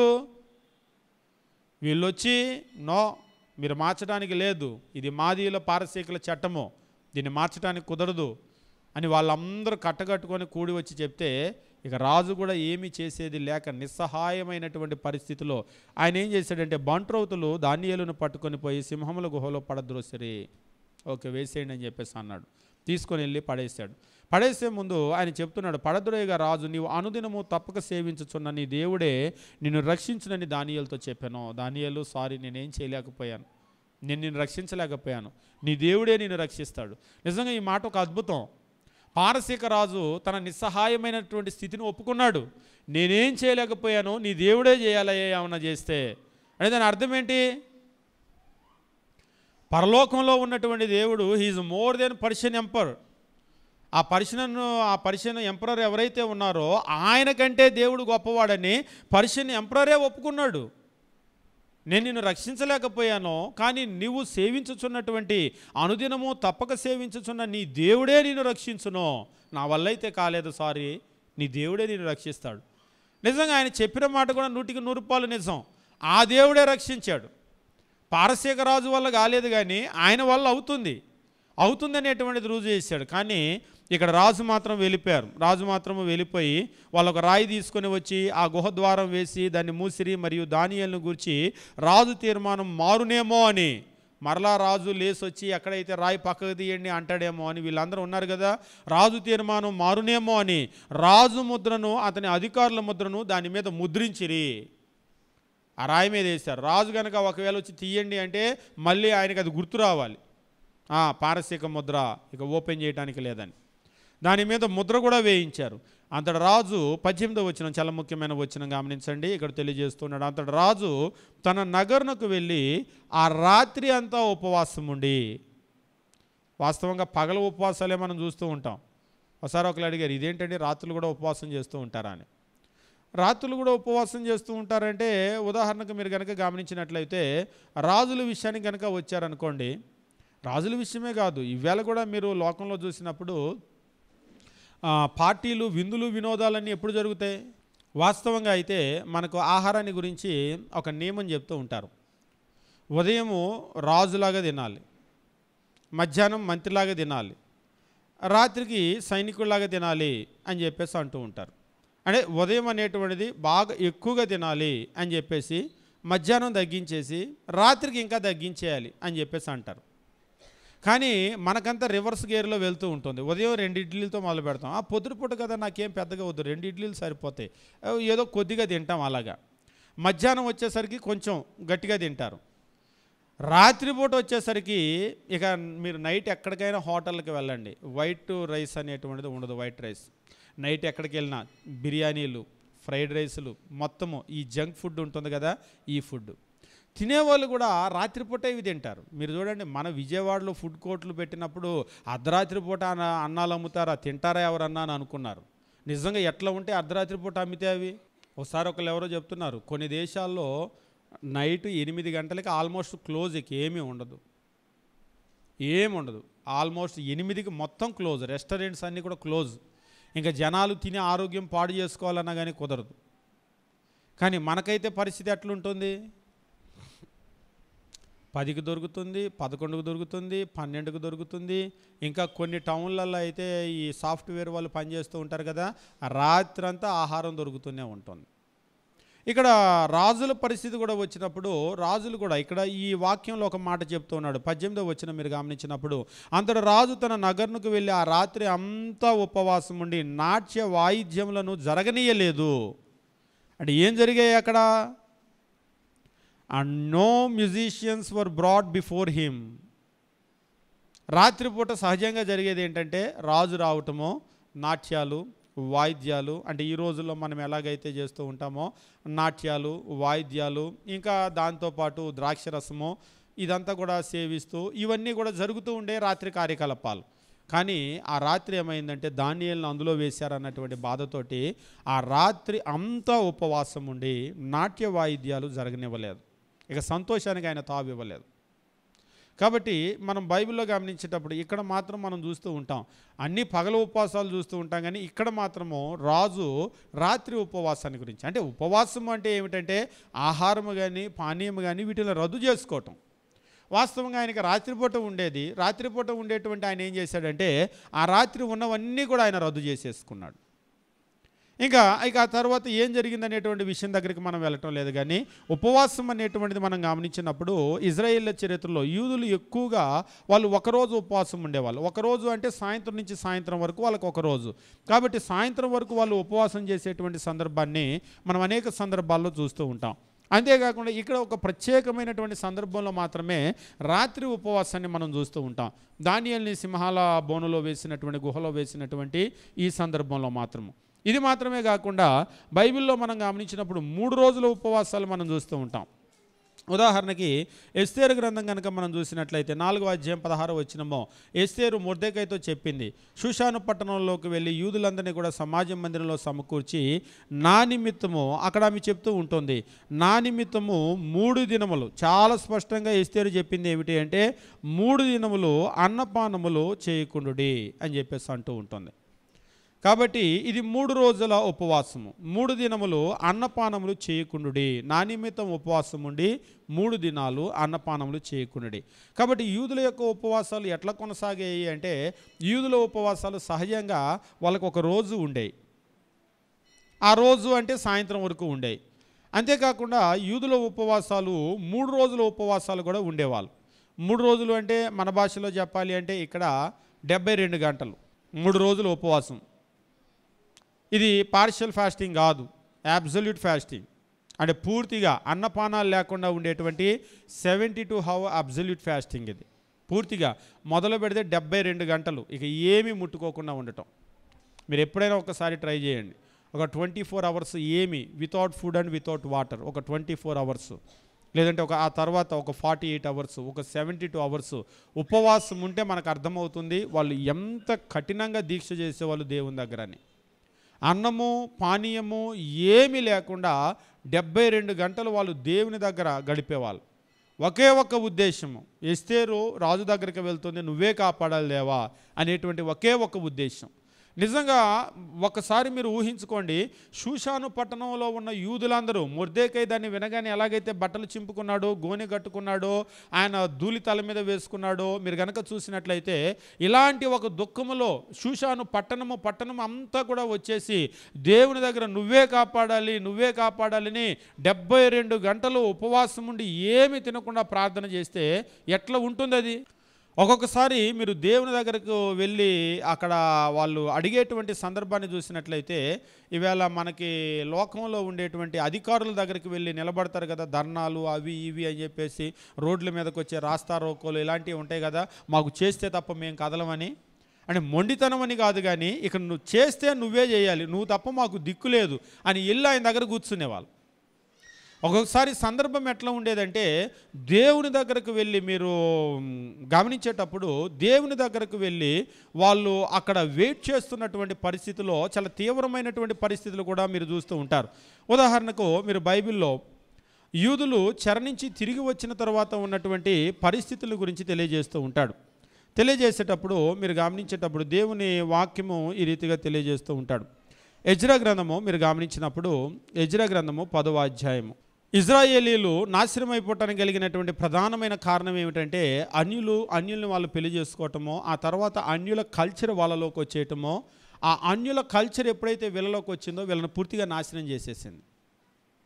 ఇప్పుడు కూడా దేవుడు అన్యుల్ని వివాహం చేసుకోవద్దు అనేటువంటిది ఎందుకు తెలియజేస్తున్నాడంటే, ఇప్పుడు ఉదాహరణకి కల్చర్, ఇప్పుడు మీరు ఇక్కడి నుంచి మీరు అమెరికా వెళ్ళారనుకోండి, అమెరికా వెళ్ళి కొంతకాలం అక్కడ ఉండి వస్తే మీకు తెలియకుండానే మీకు ఏమో అలవాటు అవుతుంది. అక్కడికి వెళ్ళిన తర్వాత కూడా ఇడ్లీలు దోశలే తింటారా రోజు? ఏం చేస్తాం కొంతకాలానికి? అక్కడికి వెళ్ళిన తర్వాత ఉదాహరణకి మీరు అమెరికా వెళ్ళి 1 సంవత్సరం ఉన్నారు అనుకోండి, సంవత్సరం ఉండి 365 రోజుల తర్వాత 366 రోజు ఇండియా వచ్చారు. ఇండియా వచ్చిన తర్వాత అంతకుముందు మీ లైఫ్ స్టైల్ ఎట్లా ఉండేదో ఇప్పుడు సేమ్ అలానే ఉంటుందా? ఉండదు. ఖచ్చితంగా ఏమవుతుందంటే ఆ కల్చర్ ప్రభావం మన మీద పడిపోతుంది పూర్తిగా. ఇంకా చెప్పాలి అంటే మన భాష కూడా మారిపోతూ ఉంటుంది, యాస ఉంటుంది కదా, ఎక్కడికి వెళ్తే ఆ యాస వచ్చేస్తూ ఉంటుంది. మన భాష మారిపోతుంది, మన రూపం మారిపోతుంది, మొత్తం మన జీవితం అంతా కూడా మారిపోతూ ఉంటుంది. ఇక్కడ నేను తెలియజేయాలనుకున్న విషయం ఏమిటి అంటే, ఇజ్రాయేలీలు కూడా అన్యుల్ని వివాహం చేసుకున్నప్పుడు ఆ కల్చర్ వచ్చేసింది లోపలికి. వచ్చేసి ఏమైందంటే పూర్తిగా ఇజ్రాయేలీల యొక్క సాంప్రదాయాలన్నింటిని కూడా దెబ్బతీసేసింది. ఇంకా చెప్పాలి అంటే ఇప్పుడు కొన్ని ఎగ్జాంపుల్స్ కొంతమందికి కఠినంగా ఉంటాయి.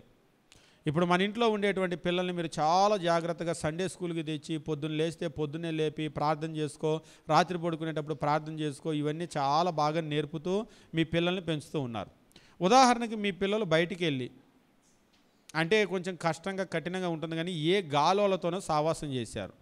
గాలి ధూళి ఏంటి అని అనుకోవద్దు. గాలి అంటే ఏంటంటే పనికిమాలిన వాళ్ళతో సావాసం చేశారు అనుకోండి.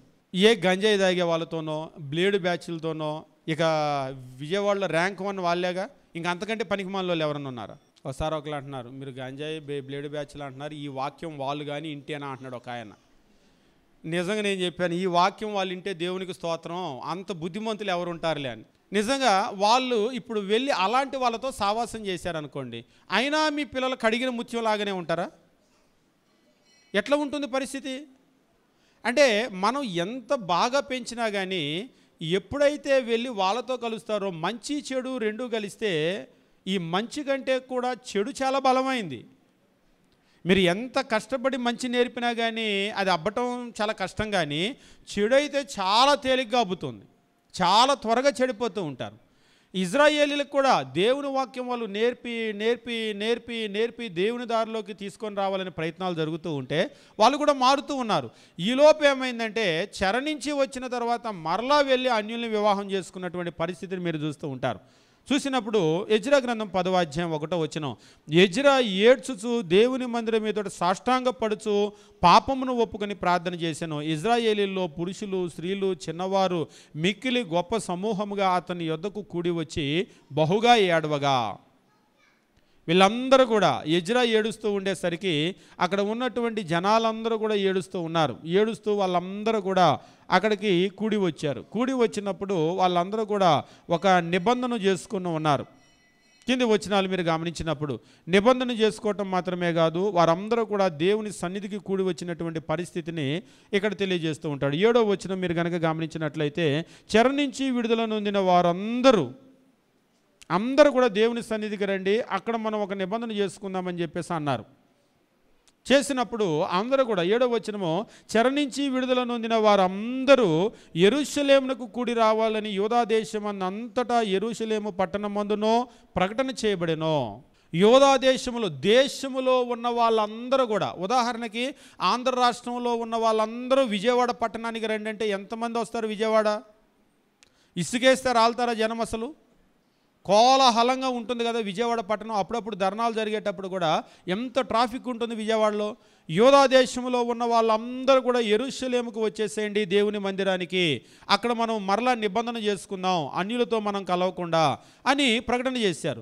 చేసినప్పుడు 8వ వచనం, మరియు 3 దినముల్లోగా ప్రధానులను పెద్దలు చేసినటువంటి యోచన చొప్పున ఎవడైనా రాకపోయిన ఎడల వాని ఆస్తి దేవునికి ప్రతిష్టమగును, వాడు విడుదల నొందిన వారి సమాజంలో నుంచి వెలివేయబడును అని నిర్ణయించారు. 3 రోజుల్లో ఎవడైనా సరే దేశంలో నుంచి కనుక రాకపోతే వాడి ఆస్తి దేవునికి ప్రతిష్ఠితమైపోతుంది. అంటే వాడి ఆస్తి మొత్తం కూడా తీసి దేవునికి ఇచ్చేస్తాం. అంతేకాదు వాడిని సమాజంలోంచి ఊర్లో నుంచి పంపేస్తాం. ఇక దీన్ని బట్టి మీకు అర్థమై ఉంటుంది. ఆస్తి అనగానే అందరూ వచ్చేస్తారు. ఇక ఎందుకులే ఆ రోజు వెళ్ళి నిలబడి వస్తే పోలా అని మొత్తం అందరూ కూడా, మగవాళ్ళు ఏమిటి, ఆడవాళ్ళు ఏమిటి, పిల్లలు ఏమిటి, అందరూ కూడా అక్కడికి వచ్చేసారు. 9వ వచనం, యూదా వంశస్థులను బెన్యామీనీలందరూ ఆ 3 దినముల్లోగా యెరూషలేముకు కూడి వచ్చిరి. అది 9వ నెల. ఆ నెల 20వ దినమున జనులందరూ దేవుని మందిరపు వీధిలో కూర్చొని గొప్ప వర్షాల చేత తడియుచు ఆ సంగతిని తలంచుట వలన వణుకుచూ ఉండిరి. వర్షము, విపరీతమైన వర్షము ఇక్కడ చెప్తూ ఉన్నాడు. అది 9వ నెల. 9వ నెల వర్షాలు పడుతూ ఉన్నాయి, విపరీతమైన వర్షాలు పడుతూ ఉన్నాయి. విపరీతమైన వర్షాలు పడుతూ ఉంటే, ఇవాళ అయితే కొంచెం వర్షం వస్తుంది, బయటికి మీటింగ్ అనే బయలుదేరాను కానీ వర్షం వస్తుంది కాబట్టి వాళ్ళు ఆగిపోతున్నాను బ్రదర్ అని చెప్పేసి అంటారు. మీకు తెలుసో లేదో, మీటింగులు జరుగుతూ ఉంటాయి. వర్షం కనుక వచ్చిందనుకోండి, ఊర్లో నుంచి ఆటో బయలుదేరేవండి, కానీ బయలుదేరేసరికి వర్షం వచ్చింది కాబట్టి వాళ్ళకి ఆగిపోతున్నామని ఫోన్లు చేస్తారు కొందరు. ఆటోలో కూర్చుంటే కూడా దడుస్తారా? బస్సుల్లో, ఆటోల్లో నిజంగా ఎట్లా ఉందో చూడండి పరిస్థితి. దేవుని దగ్గరికి రండి, మనము ఆయనతో ఒక నిబంధన ప్రమాణం చేసుకుందామని అంటే, దేశంలో ఉన్న వాళ్ళందరూ ఆయన దగ్గరకు వచ్చి ఆ మందిరం దగ్గర నించొని జోరున వానలు వస్తూ ఉంటే ఆడవాళ్ళు, మగవాళ్ళు, పిల్లలు తడుస్తూ అలాగనే నిలబడ్డారు కానీ వెళ్ళను కూడా వెళ్ళలేదు ఎవరు. నిజంగా దేవుని సన్నిధికి వాళ్ళు వచ్చినప్పుడు ఎంత కఠినంగా ఉండేవాళ్ళు. ఆహారం లేకుండా, నీళ్లు ముట్టకుండా అలాగనే రోజులు ఉండేవాళ్ళు. జోరున వాన వస్తే తడిచి అలాగనే నిలబడేవాళ్ళు కానీ కదిలేవాళ్ళు కాదు. అదే ఈరోజు మనమైతే ఎండ వస్తే అదొక కారణం, ఎండ బాగా ఉంది రాలేకపోతున్నాం. పోనీ వాన వస్తే అదొక కారణం, వాన వస్తుంది రాలేకపోతున్నాం. మంచు పడుతుంటే, మంచులు పడుతున్నాయండి, కొంచెం తడిస్తే జలుబు పట్టేస్తుంది కాబట్టి మీటింగ్కి రాలేకపోతున్నాం. ఒకసారి ఒక సేవకుడు అంటున్నాడు, ఎండ వస్తే ఎండ రాలేము, వాన వస్తే వాన రాలేము, మంచు వస్తే మంచు రాలేము. మరి ఈ 3 లేని కాలం ఏముంటుంది? చిన్నప్పుడు నాకు ఒకరు పెద్దలను అడిగినప్పుడు చెప్పారు. తొండ నేను చూసినప్పుడు అది అలాగా అనేటప్పుడు పక్కన ఉన్న వాళ్ళని అడిగాను, అది అంటే తెలియదు కదా కరిసిద్దో లేదో, తొండ కరిసిద్దా అని అన్నాను. తొండ కరిసిద్దా అని అంటే వారం లేని రోజు కరిసిద్దా అన్నారు. వారం లేని రోజు కరిసిద్దంటే నాకు అర్థం కాలేదు. వారం లేని రోజు అంటే ఆదివారం, సోమవారం, మంగళ, బుధ, గురు, శుక్ర, శని, ప్రతిరోజుకి వారం ఉంటుంది అంటే అదే మరి వారం లేకపోతే కరిసిద్దా అన్నారు. మరి వారం లేకపోతే ఎప్పుడు ఉండదుగా అంటే దాని అర్థం ఏంటంటే కరవదు. మరి ఆ ముక్క చెప్పొచ్చుగా, తొండ కరిసిద్దా అంటే కరవదు అన్నారు అనుకోండి, అయిపోతుంది. వారం లేని రోజు కరిసిద్దంటే అంటే కొన్ని విషయాలను కనుక మనం గమనించినట్లయితే చెప్పేటువంటి విషయాలు సూటిగా చెప్పకుండా ఇలాగ డొంక తిరుగుడుగా చెప్తూ ఉంటారు. అంటే నేను చెప్పాలనుకున్నటువంటి విషయం ఏమిటంటే, దేవుని దగ్గర కూడా ఇప్పుడు ఉదాహరణకి ఎండ అంటే ఎండాకాలం ఎండ, వానాకాలం వర్షము, ఇక మంచుకాలం అంటే మంచు. ఇక ఎప్పుడు వస్తారు? ఎండ వస్తేనేమో ఎండ రాలేము, వాన వస్తే వాన రాలేము, మంచు వస్తే బ్రదర్ బయటంతా చల్లగా ఉంది, మంచు రాలేము, పిల్లలు తర్వాత స్త్రీలు ఉన్నారు రాలేము. మరి ఎప్పుడు వస్తారు? మీకు నేను కొత్తగా చెప్పాల్సిన విషయం కాదు, ఎండాకాలమే పెళ్ళిళ్ళు పెట్టుకుంటారు, విపరీతమైన వడగాళ్ళు వస్తూ ఉంటాయి. కుటుంబం అంతా కూడా ఆడ మగ పిల్లల్ని పట్టుకొని పెళ్ళిళ్ళకి వెళ్తారు, మనం వెళ్ళకపోతే బాగుండదని. అప్పుడప్పుడు అనిపిస్తుంది, అంత వడగాల్లో మీటింగ్ కనుక పెడితే వస్తారా? అందుకనే రాత్రిపూట పెడతారు. ఎలాగూ ఏప్రిల్ మే నెలల్లో మీటింగులు రాత్రిపూట పెడతారు. పగలు పెళ్ళి పెడితే మాత్రం వడగాల్లో వెళ్తుంటారు. రాత్రిపూట మీటింగ్ పెడుతుంటే బ్రదర్ ఎండలు కదండి, పగలంతా అలసిపోయి వచ్చాము రాలేకపోతున్నాం, వడగాళ్ళు బాగా వీసి అలసిపోయారంట పగలు ఎక్కడికో వెళ్ళొచ్చి. నిజంగా దేవుని దగ్గర మన భక్తి ఎట్లా ఉంటుందంటే, ఇజ్రాయేలీలను చూసేటప్పుడు మళ్ళొకసారి ఎజ్రా గ్రంథము మనం గమనించేటప్పుడు 10వ అధ్యాయం 9వ వచనము, యోధా వంశస్థులు బిన్యామీనీలందరూ ఆ 3 దినముల్లోగా యెరూషలేమునకు కూడి వచ్చిరి. అది 9వ నెల. ఆ నెల 20వ దినమున జనులందరూ దేవుని మందిరపు వీధిలో కూర్చొని గొప్ప వర్షముల చేత తడియుచు, ఆ వీధిలో కూర్చొని అనే మాట మీకు అర్థమైపోయి ఉంటుంది. గొప్ప వర్షాలతో తడుస్తూ అట్లనే కూర్చొని ఉన్నారు. లే అంటే కూడా లేవట్లేదు. మేము దేవుడి దగ్గర ఒక నిబంధన చేసుకోవటానికి వచ్చామో, ప్రమాణం చేసుకోవటానికి వచ్చామో, అది చేసుకుంటే తప్ప ఇక్కడి నుంచి వెళ్ళాం. తడిసిపోతున్నారంటే ఒకసారి ఒక ఆయన అన్నాడు, తడుస్తున్నారా కదా అంటే, తడిస్తే నేను ఏమన్నా మొలకెత్తుతానా అన్నాడు.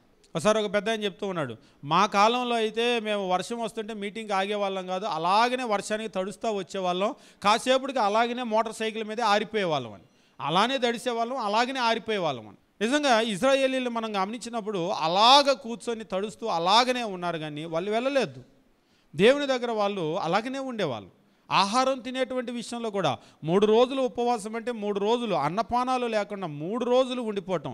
నిజంగా అక్కడ ఎస్తేరు గ్రంథం మనం చదివేటప్పుడు అందులో ఆశ్చర్యాన్ని కలిగించే విషయం ఏంటంటే, షూషానులో ఉన్నటువంటి యూదులందరినీ సమకూర్చి యూదులందరి చేత 3 దినాల ఉపవాసము, 72 hours fasting, without food and without water. అంటే యూదులందరూ కూడా ఉపవాసము చేయగలిగినటువంటి యోధులే. యూదులందరూ, యూదులు అంటేనే పిల్లలు కూడా ఉపవాసం ఉంటారు, వాళ్ళకి రానోళ్ళు ఎవరు ఉండరు. యూదుల్లో ప్రతి ఒక్కరికి ఉపవాసం చేయటం వచ్చు. ఎందుకు అంటే అది వాళ్ళు నేర్పిస్తారు. ఈరోజు మన కుటుంబాల్లో ఎంతమందికి ఉపవాసం చేయటం వచ్చు అంటే అది అని విద్య అన్నాడు ఒక ఆయన. నిజంగా విద్యే. మీరు ఉపవాసము మొదటిసారి కనుక ఉంటే మొదటి పూటకే కళ్ళు తిరుగుతాయి, ఆహారం ఏమి తినకుండా ఉంటే సాయంత్రం దాకా మీరు ఉండలేరు. అలా గనక మీరు కొంతకాలం ప్రాక్టీస్ చేస్తే ఒకరోజు కళ్ళు మూసుకొని మీరు ఉండగలుగుతారు. వాస్తవంగా నేను కూడా మొదట్లో ఆహారం మానేసినప్పుడు రోజు మధ్యాహ్నం భోజనం చేస్తాను. ఈవేళ మధ్యాహ్నం తింటే మళ్ళీ రేపు మధ్యాహ్నం తింటే ఎల్లుండి మధ్యాహ్నం. ఒకసారి ఒకళ్ళు నీరసం వచ్చి పడిపోరా అన్నారు. పడిపోలేదు కాబట్టే కదా నేను మీ ముందున్నాను, పడిపోతే ఉండేవాడిని కాదుగా. కష్టంగా ఉండదా అని అన్నారు. ఫస్ట్లో కష్టంగానే ఉంటుంది, కానీ ఆ తర్వాత అసలు కష్టమే ఉండదు. వాస్తవంగా ఇంకొక విషయం ఏంటంటే అసలు ఆకలే అవ్వదు. ఈవేళ మధ్యాహ్నం తింటే మళ్ళీ రేపు మధ్యాహ్నం దాకా మరలా ఆకలే అవ్వదు. కాబట్టి వాస్తవంగా అది అలవాటును బట్టి వచ్చేస్తుంది. యూదులకు కూడా మీరు పిల్లలప్పటి నుంచే ఉపవాసం నేర్పుతారు కాబట్టి వాళ్ళకి ఉపవాసం అంటే మామూలు. అదే మన పిల్లలైతే కడుపు పట్టుకొని ఏడ్చేవాళ్ళు కొంతమంది ఉంటారు, ఆకలి ఆకలి అని. నేను ఒకసారి చూస్తున్నాను, పొట్ట పట్టుకొని ఏడుస్తుంటే ఏంటంటే ఆకలి అవుతుందంట, వాడికి అన్నం అవుతుంది అంటుంది వాళ్ళ అమ్మ. పొయ్యి మీద ఉంది ఆకరా అంటే ఆ పొట్ట పట్టుకొని ఆకలి అవుతుంది అని పెట్టని అంటున్నాడు. నిజంగా ఈరోజు మన పరిస్థితి ఏంటంటే ఆకలి అనేటువంటిది మన బిడ్డలకు తెలియదు, ఉపవాసం అనేటువంటిది మనం వాళ్ళకి నేర్పలేదు. రేపు ఒకవేళ దేవుని దగ్గర ఏదన్నా బాగా అవసరమయ్యి ప్రార్థన చేయాల్సిన పరిస్థితి వస్తే ఒక పూట ఉపవాస ప్రార్థన చేయగలరా? ఒక్క పూట, ఒక రోజు గురించి మాట్లాడట్లా, ఒక్క పూట తిండి మానేసి ఆకలితో కూర్చొని ప్రార్థన చేయటం వాళ్ళ వల్ల అవుతుందా? వాళ్ళ వల్ల అవ్వదు. ఎందుకంటే మనం నేర్పలేదు. ఒక పూట, ఒక రోజు, 2 రోజులు, 48 గంటలు, 72 గంటలు యూదుల్ని కనుక మీరు గమనించినట్లయితే ఆమె ఎస్తేరు చెప్పినటువంటి మాట నిజంగా మనకు ఆశ్చర్యాన్ని కలిగిస్తూ ఉంటుంది. అదేమిటంటే మళ్ళొకసారి మనం చదువుకొని ముందుకు వెళ్ళిపోదాం. ఎస్తేరు గ్రంథం మనం గమనించినప్పుడు దేవుని వాక్యం ఈ రీతిగా చెప్తూ ఉంటాడు. 4వ అధ్యాయము 16వ వచనం మనం గమనించినప్పుడు, 4వ అధ్యాయం 16వ వచనం, నీవు పోయి షూషాను నందు కనబడిన యూదులందరినీ, ఎవరిని?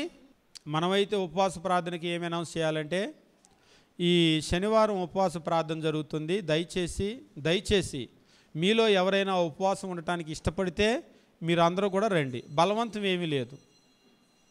పోనీ ఉపవాసం ఎవరైనా ఉండలేమనుకుంటే తినేసైనా రండి, మళ్ళీ మమ్మల్ని వద్దన్నారని అనుకోవద్దు, తినేసి కూడా రండి, వచ్చి మాతో జాయిన్ అవ్వండి, ఇందులో బలవంతం ఏమీ లేదు అని మనం పిలుస్తాం.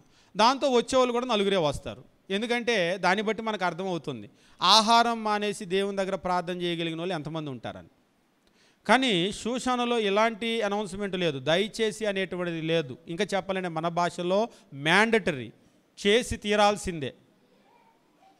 అంతేకాదు దయచేసి అనేటువంటిది మాత్రమే కాదు, ఇక్కడ చెప్తూ ఉన్నారు, ఏమని చెప్తున్నారంటే ఇదేమి 24 గంటల ఫాస్టింగ్ కాదు, ఒక శనివారం మాత్రం కాదు, నీవు పోయి షూషాను నందు కనబడిన యూదులనందరినీ, it's for all, every Jew, యూదుడైనటువంటి ప్రతి ఒక్కడు, షూషాన్లో నీ కనబడిన ప్రతి ఒక్కరిని 3 రోజులు ఉపవాసం ముందు రమ్మను. నా వల్ల కాదనే వాళ్ళు ఎవరు ఉండరు అక్కడ. అంటే దీన్ని బట్టి మనకేమర్థమవుతుందంటే యూదుల్లో ఏదో ఒకలో ఇద్దరో ఉపవాసం చేసే యోధులు కాదు, ప్రతి యూదుడు కూడా ఒక యోధుడే. ఉపవాసం చేసేటువంటి ఈ విషయంలో ప్రార్థనా యోధులే వాళ్ళందరూ కూడా. ఇక్కడ చెప్తున్నాడు, ఏమని అంటున్నాడంటే, నీవు పోయి షూషానందు కనబడిన యూదులందరినీ సమాజ మందిరానికి సమకూర్చి నా నిమిత్తము ఉపవాసం ఉండి 3 దినాలు అన్నపానములు చేయకుండుడి. 72 గంటలు ఏమి తినకుండా ఉండమని చెప్పు. కనబడ్డ యూదులందరినీ ఉండమని చెప్పు. అమ్మ, అందరూ అంటే ఉండలేరు కానీ వస్తానన్న వాళ్ళని పిలుచుకొస్తా అన్నాడు మొర్దెకై? అనలేదు. ఎందుకు? నిజంగా ఒకవేళ అప్పుడున్నటువంటి పరిస్థితి ఏంటంటే డూ ఆర్ డై అని అంటారు కదా, నువ్వు ఉపవాసం ఉంటే ఉండు, లేకపోతే చావు. ఈ రెండిట్లో దేన్ని సెలెక్ట్ చేసుకుంటారు? ఒకసారి ఒక పెద్ద ఆయన సేవకుడు బాగా తగ్గిపోయాడు హఠాత్తుగా. మేము ఒకసారి మీటింగ్కి వెళ్ళినప్పుడు, అదేంటి అంత తగ్గిపోయారు, ఏమైంది అంటే, డాక్టర్ తగ్గిపోమన్నాడు అని చెప్పేసి అన్నారు. అదేంటి మీరు భోజనం చేయకుండా ఉండలేరు కదా అంటే, నువ్వు భోజనం మానేస్తావా చచ్చిపోతావా అని అడిగాడు. భోజనమే మానేస్తానని చెప్పాను. చచ్చేదాకా వచ్చింది అనుకోండి, దేన్ని సెలెక్ట్ చేసుకుంటారు? గుండె సమస్య వచ్చింది, ఇలాగనే కనుక బరువు ఉంటే నువ్వు చచ్చిపోతావని చెప్పాడంట. ఈ బరువు కనుక ఉంటే మేము వైద్యం చేసిన అనవసరం, నువ్వు చచ్చిపోతావు.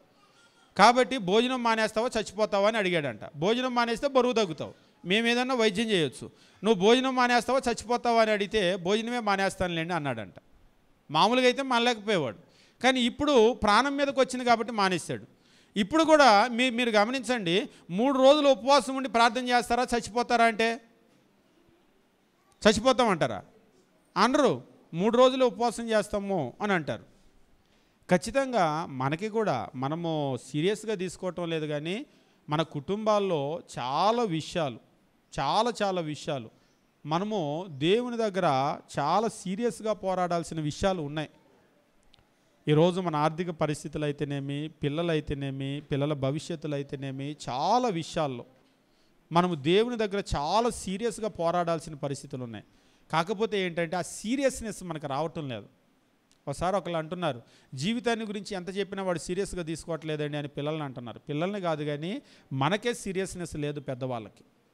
దేవుని దగ్గర మనం సీరియస్గా అడగటం లేదు, సీరియస్గా పోరాటం లేదు. కానీ యూదులు వాళ్ళు చాలా సీరియస్గా తీసుకునేవాళ్ళు. ఏదన్నా విషయం వచ్చింది అంటే గట్టిగా తీసుకొని వెళ్ళిపోయి దేవుని దగ్గర పెట్టేవాళ్ళు. కాబట్టి మనం బైబిల్లో గమనించినప్పుడు యూదులు ఒక రోజు ఉన్నటువంటి ఉపవాసాలు చూస్తూ ఉంటాం. దానియేలు గ్రంథంలో మనం గమనించినప్పుడు పారసీక రాజు రాత్రి ఉన్నటువంటి ఉపవాసాన్ని మనం గమనించాం. ఇక 3 రోజుల ఉపవాసం అనేటువంటిది ఒకరు ఏదో ఒక ఎస్తేరు ఉండటమో మొర్దెకై ఉండటమో కాదు, షూషాను పట్టణంలో ఉన్నటువంటి యూదులందరూ కూడా ఉన్నారు. దీన్ని బట్టి మనకేం అర్థమవుతుందంటే 3 రోజుల ఉపవాసాలు కూడా వాళ్ళకి బాగానే అలవాటు, 72 గంటల ఉపవాసాలు కూడా వాళ్ళకి బాగానే అలవాటు. అంతేకాదు మనం గమనించేటప్పుడు 1 సమూయేలు గ్రంథం 31వ అధ్యాయము ఫిలిస్తీన్లకు సౌలు అక్కడ ఇజ్రాయేలీలకు యుద్ధం జరిగినటువంటి సందర్భంలో 1 సమూయేలు గ్రంథము 31వ అధ్యాయం చివరి అధ్యాయము. ఆ యుద్ధంలో ఫిలిస్తీన్లు సౌలుని చంపేశారు, యోనాతాన్ని చంపేశారు, అతని కుటుంబం అంతటిని కూడా చంపేశారు, ఇజ్రాయేలీలు అందరినీ కూడా చంపేశారు. ఆ యుద్ధంలో వాళ్ళు ఓడిపోయారు. ఇందాకడే మనం గమనించాం. ఆ వార్తను ఎప్పుడైతే దావీదు దగ్గరకు తీసుకుని వచ్చారో, దావీదు ఆయనతో కూడా ఉన్నటువంటి వాళ్ళు సాయంత్రం వరకు ఉపవాసం ఉన్నారు, ఏమీ తినకుండా. అయితే ఇక్కడ మీరు గమనించవలసిన విషయం ఏమిటంటే, సౌలును చంపిన తర్వాత, సౌలు కుమారులను చంపిన తర్వాత యుద్ధంలో ఒకటి జరుగుతుంది. యుద్ధంలో ముఖ్యమైన విషయం ఏమిటంటే, మీరు దావీదు గొలియాతును కూడా మీరు ఆలోచన చేయండి. దావీదు వెళ్ళి గొలియాతుని ఒడిసెల్లో రాయి పెట్టి కొట్టాడు. కొడితే ఆయన రాయి తగలటంతోనే గొలియాతు కింద పడిపోయాడు, చనిపోయాడు. దావీదు ఏం చేశాడు?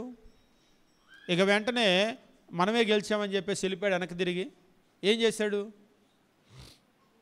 పరిగెత్తుకొని వెళ్ళి ఆయన కత్తే తీసుకొని ఆయన తల నరుక్కొని, నిజంగా బైబిల్లో అది మనం గనక ఎక్కడ ఒకవేళ నేను చూడలేదు ఆ పిక్చరు, దావీదు చేతిలో గొలియాతు తల ఇలా పట్టుకొని గనక ఒక బొమ్మ వేస్తే ఎట్లా ఉంటుంది?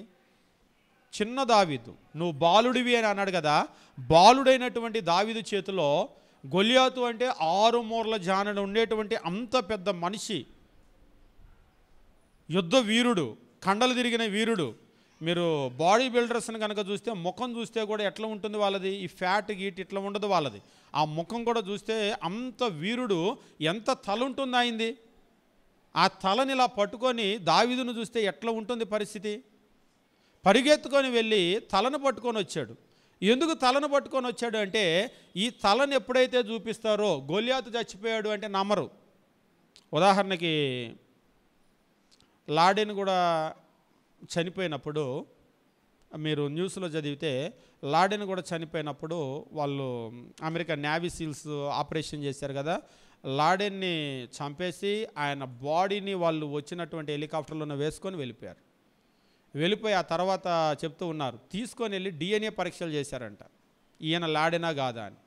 ఇవాళంటే టెక్నాలజీ పెరిగింది కాబట్టి లాడెనా కాదా అని ఆయన డెడ్ బాడీని వేసుకొని వెళ్ళారు.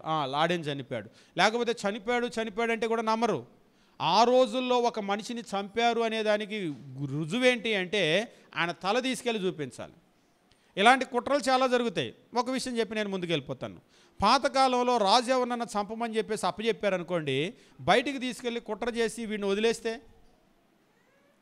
అందుకనే ఏం చేస్తారంటే వాడిని చంపినప్పుడు ఆ చంపిన రుజువు ఆయనకి చూపించాలి. రుజువు అంటే వేలో కాలో ఇది చూపిస్తే రుజువు కాదు, ఏం చూపిస్తే ప్రాణం పోయినట్టు రుజువు. అందుకని ఏం చేసేవాళ్ళంటే ఆ తలను తీసుకొని వచ్చేవాళ్ళు. మరొక రకంగా ఏంటి అంటే, శత్రురాజు యొక్క తలను తీసుకొని వచ్చి ఊర్లో గనక చూపిస్తే వాళ్ళ విజయానికి కూడా ఒక గర్వకారణం. ఇదిగో చూడండి ఎలాంటి గతి పట్టిందో, వీడేగా మన మీదకి వచ్చింది, వీడేగా మనల్ని అందరినీ ఓడించింది, వీడేగా మనల్ని ఇబ్బంది పెట్టింది చూడండి. అంతేకాదు, మీరు సౌలు కుమారుల యొక్క దేహాలన్నీ కూడా తీసుకొని వెళ్ళి ఆ మొండ్యాలన్నీ కూడా వాళ్ళ కోట గోడకు తగిలించుకున్నారు. మొదటి సమూయేలు గ్రంథం 31వ అధ్యాయము మనం గమనించినప్పుడు దేవుని వాక్యం ఈ రీతిగా తెలియజేస్తూ ఉన్నాడు. 31వ అధ్యాయము మనం గమనించినప్పుడు 8వ వచనం నుంచి, మరునాడు ఫిలిస్తీయులు హతమైన వారిని దోచుకొని వచ్చి గిల్బోవా పర్వతం మీద పడిపోయిన సౌలును అతని 3 కుమారులను కనుగొని, యుద్ధమైతే అయిపోయింది, తెల్లారి మొత్తం వచ్చారనమాట, సౌలేడి కొడుకులేరి మొత్తం కూడా వచ్చి ఆ చచ్చిపోయిన శవాలన్నింటిలో కూడా సౌల్ని ఆయన కొడుకుల్ని వెతికి 3 కుమారులను కనుగొని అతని తలను ఛేదించి అతని ఆయుధాలు తీసుకొని తమ బొమ్మల గుళ్ళలోనో జనుల్లో జయవర్తమానము తెలియజేయుటకై ఫిలిస్తీన్ల దేశములోనో నలుదిశలా వాటిని పంపిరి. మరియు వారు అతని ఆయుధములను అష్టారోతు దేవి గుడిలో ఉంచి అతని మొండెమును బెత్సాను పట్టణపు గోడకు తగిలించారు. ఇందులో నేను చెప్పాలనుకున్న విషయం ఏమిటి అంటే 11వ వచనం, అయితే ఫిలిస్తీయులు సౌలుకు చేసిన దానిని గురించిన వార్త యాబేషు గిలాదు వారు విని, చచ్చిపోయినటువంటి సౌలుకు ఆయన తల నరికేయటమో, ఆయన ఆయుధాలు తీసుకెళ్ళటమో, మొండ్యాన్ని తీసామో గోడకు తగిలించటమో ఇది యాబేషు గిలాదు వారు విన్నారు. విని ఇక్కడ తెలియజేస్తున్నారు 12వ వచనము, బలశాలులందరూ లేచి రాత్రి అంతా నడిచి సౌలు మొండెమును అతని కుమారుల కలేబారములను బెత్షాను పట్టణపు గోడ మీద నుంచి దించి యాబేషునకు తిరిగి వాటిని తెచ్చి వాటిని దహనము చేశారు. రాత్రికి రాత్రి నడుచుకొని వెళ్ళిపోయి వాళ్ళ పట్టణంలోకి వెళ్ళిపోయి యోధులందరూ ఆ గోడ దగ్గర ఉన్నటువంటి మొండ్యాలు దింపి మోసుకొని వచ్చేసారు.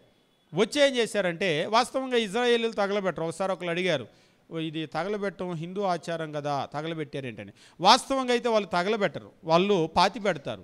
ఇక్కడ ఇది ఒక స్పెషల్ కాజ్. ఎందుకు వాళ్ళు చేశారు అంటే, ఒకవేళ వీళ్ళు తీసుకొని వచ్చిన మొండ్యాన్ని కనుక సౌలు మొండ్యాన్ని పాతి పెట్టారు అనుకోండి, తెల్లారు లేసి ఏది గోడ మీద మొండెమని చూస్తారు.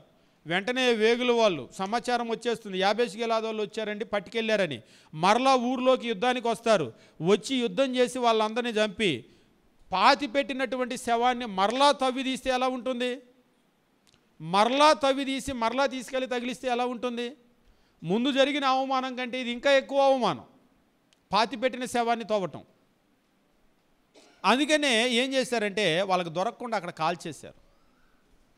కాల్చేసి అంత్యక్రియలు అయిపోయిన తర్వాత 13వ వచనము, వారి శల్యాలను తీసి యాబేషులోని పీచుల వృక్షం కింద పాతిపెట్టి 7 దినములు ఉపవాసం ఉండిరి. ఎన్ని రోజులు? ఇక చదువుతూ వెళ్తే వీళ్ళు మామూలు వాళ్ళు కాదు, బాగా ఎక్స్పర్ట్స్. ఉపవాసం ఉండటంలో యూదులు బాగా ఎక్స్పర్ట్స్. ఒకరోజు ఉపవాసం సాయంత్రం వరకు, 3 రోజులు ఉపవాసం 72 గంటలు. ఇక్కడ 7 రోజులు ఉపవాసం ఉన్నారు అంటే అసలు వింటుంటేనే ఎలా ఉంది? ఒకసారి ఒకరు అడిగారు, ఎవరో రాజు చచ్చిపోతే 7 రోజులు ఉపవాసం ఉండటం కాదు కానీ మన ఇంట్లో మన అమ్మ నాన్న ఎవరన్నా అన్న తమ్ముడో చచ్చిపోతే ఉంటాము మనం? 7 రోజులు ఉపవాసం. మన జీవితంలో వాళ్ళు నేను మాకు బాగా ప్రేమించిన వాళ్ళు, మా అమ్మ లేకపోతే ఉండలేను, మా నాన్న లేకపోతే ఉండలేను, అన్న లేకపోతే తమ్ముడు లేకపోతే అంటాం కదా. పోనీ ఎవరు లేకపోతే నువ్వు ఒక 2 గంటలు ఒక రోజు ఉపవాసము, 2 రోజులు ఉపవాసం, 3 రోజులు ఉపవాసం చేసి ఉంటావు, బాధతో ఏమి తినకుండా ఉండుంటావు. ఈరోజు మనం అసలు ఎక్కడైనా సరే చనిపోయినటువంటి సందర్భంలో దుఃఖంతో మనం ఏమి తినకుండా కూర్చున్నటువంటి వాళ్ళని చూస్తామా? ఉండేవాళ్ళు వాస్తవంగా ఏంటంటే ఒకళ్ళు బాగా బాధలో ఉండి ఆ పూటకు వద్దులే అంటారు, ఆ రోజుకు వద్దులే అంటారు. తెల్లారికి మరలా ఏం చేస్తారంటే ఉన్నోళ్ళందరూ లేదులే పోయిన వాళ్ళు తిరిగి రారుగా, ఇక నువ్వు తినకుండా ఉండటం ఎందుకులే, తిను, నీ ఆరోగ్యం కూడా పాడైపోతుంది, మళ్ళీ పిల్లలు ఉన్నారు, వాళ్ళు ఉన్నారు, వీళ్ళు ఉన్నారు, నీ ఆరోగ్యం పాడు చేసుకుంటే ఎలా అని అంటారు. వీళ్ళు కూడా లేచి వాళ్ళతో కన్విన్స్ అయిపోయి తినేస్తారు. సరే ఈ పూట కంటే బతిలాడారు, తిన్నారు. మరి వచ్చే పూట నిజంగా లోపల కనుక దుఃఖం ఉందనుకోండి, ఆ రోజు వాళ్ళందరూ అడిగారని తిన్నారు. మరి ఆ తర్వాత పూట ఇక ఆ తర్వాత పూట ఇంకా ఏం అడగక్కర్లేదు, ఇక ఎలాగో మొదలు పెట్టారు కదా, ఇక కంటిన్యూ అయిపోతారు. ఇక మరలా తెల్లారి నుంచి పొద్దున్నే టిఫిను, మధ్యాహ్నం భోజనం, రాత్రి భోజనం, టీలు, కాఫీలు మొత్తం కంటిన్యూ అయిపోతాం. కానీ ఇక్కడ మీరు గమనించేటప్పుడు వాళ్ళ రాజు కొరకు వాళ్ళు 7 రోజులు ఉపవాసం ఉన్నటువంటి పరిస్థితి. నిజంగా మనం గమనించేటప్పుడు ఇన్ని రోజులు ఎట్లా వాళ్ళు ఉండగలుగుతున్నారు? ఇదేదో ఒకళ్ళు ఇద్దరు ఉన్నటువంటి ఉపవాసం కాదు. ఇక్కడ తెలియజేస్తూ ఉన్నాడు, వారిలో ఉన్నటువంటి బలశాలందరూ కూడా లేచి వెళ్ళిపోయి ఆ మొండాన్ని తీసుకొని వచ్చి అవన్నీ కూడా దహనం చేసి వాటి శల్యాలు తీసి యాబేషులోని పీచుల వృక్షం కింద పాతిపెట్టి 7 దినాలు వాళ్ళు ఉపవాసం ఉన్నారు. అంటే దీన్ని బట్టి మనకేమర్థమవుతుందంటే ఇజ్రాయేలీలు, యూదులు ఉపవాసం ఉండటంలో బాగా నేర్పరులు, బాగా అలవాటు వాళ్ళకి ఉపవాసం ఉండటం. 1 రోజు, 2 రోజులు, 3 రోజులు, 7 రోజులు. ఇంకా కనుక మీరు గమనించినట్లయితే బైబిల్లో కొన్ని సందర్భాల్లో గమనించేటప్పుడు ఇది పదే పదే కనబడుతూ ఉంటుంది. 2 సమూయేలు గ్రంథము మనం గమనించేటప్పుడు దావీదు చేసినటువంటి 7 రోజుల ఉపవాసాన్ని గురించి ఇక్కడ తెలియజేస్తూ ఉంటాడు. 2 సమూయేలు గ్రంథము 12వ అధ్యాయం మనం గమనించినప్పుడు 12వ అధ్యాయం 16 నుంచి 18 వచనాలు. తన బిడ్డ బెత్షెబాకు పుట్టినటువంటి బిడ్డ ఆయన జబ్బున పడ్డాడు అన్నటువంటి విషయాన్ని తెలిసినప్పుడు యెహోవా ఉరియా భార్య దావీదు కనినటువంటి బిడ్డను మొత్తినందున అది బహు జబ్బు పడెను. దావీదు ఉపవాసం ఉండి లోపలికి పోయి రాత్రి అంతయు నేలను పడి ఉండి బిడ్డ కొరకు దేవుని బతిమాలగా ఇంటిలో ఎన్నికైన వారు లేచి అతని నేల నుంచి లేవనెత్తుటకు వచ్చిరి గాని అతడు సమ్మతింపగా వారితో కూడా భోజనము చేయక ఉండెను. సమ్మతించలేదు, వారితో భోజనం చేయలేదు. 7వ దినమున బిడ్డ చావగా 7 రోజులు ఏమి తినకుండా అలానే బోర్లబడి దేవుని దగ్గర ప్రార్థన చేస్తూ ఉన్నాడు. 7 రోజులు. అదే మనమైతే పొద్దున్నే బజారుకి వెళ్ళి ఆ రోజు పని చేసుకొని మళ్ళీ వచ్చి ప్రార్థన చేస్తాం, మళ్ళీ తెల్లారి లేస్తాం, మళ్ళీ పనులు చేసుకుంటాం, మళ్ళీ వచ్చి ప్రార్థన చేస్తాం. నిజంగా ఈ సీరియస్నెస్ ప్రార్థన దగ్గర మనకు లేనే లేదు. ఒకసారి ఈ సీరియస్నెస్ పిల్లల దగ్గర ఉంటుంది. వాళ్ళు ఒకసారి ఏడ్చి మారం చేస్తారు, నాకు పలాంది కావాల్సిందే అని. కొంతమంది పిల్లలు కింద పడుకుంటారు, డొల్లుతారు, లేవరా అంటే లేవరు, ఇచ్చేదాకా లేవరు. ఇక పెద్ద అయిన తర్వాత ఆ మొండితనం పోతుంది. వాస్తవంగా ఇది గమనించేటప్పుడు ఇజ్రాయేలీలు దేవుని దగ్గర ఎట్లా ఉండేవాళ్ళు అంటే చేస్తే నువ్వే చేయాలి, నువ్వు తప్ప ఇంకెవ్వరు చేయటానికి లేదు, నువ్వు చేస్తే తప్ప నేను లేవను అన్నట్లుగా పోరాడేవాళ్ళు. అంటే ప్రార్థనలో పోరాటం ఉంటుందా అని మీరు అడగొద్దు, మనకంటే లేదు, కానీ ప్రార్థనలో పోరాటం ఉంటుంది.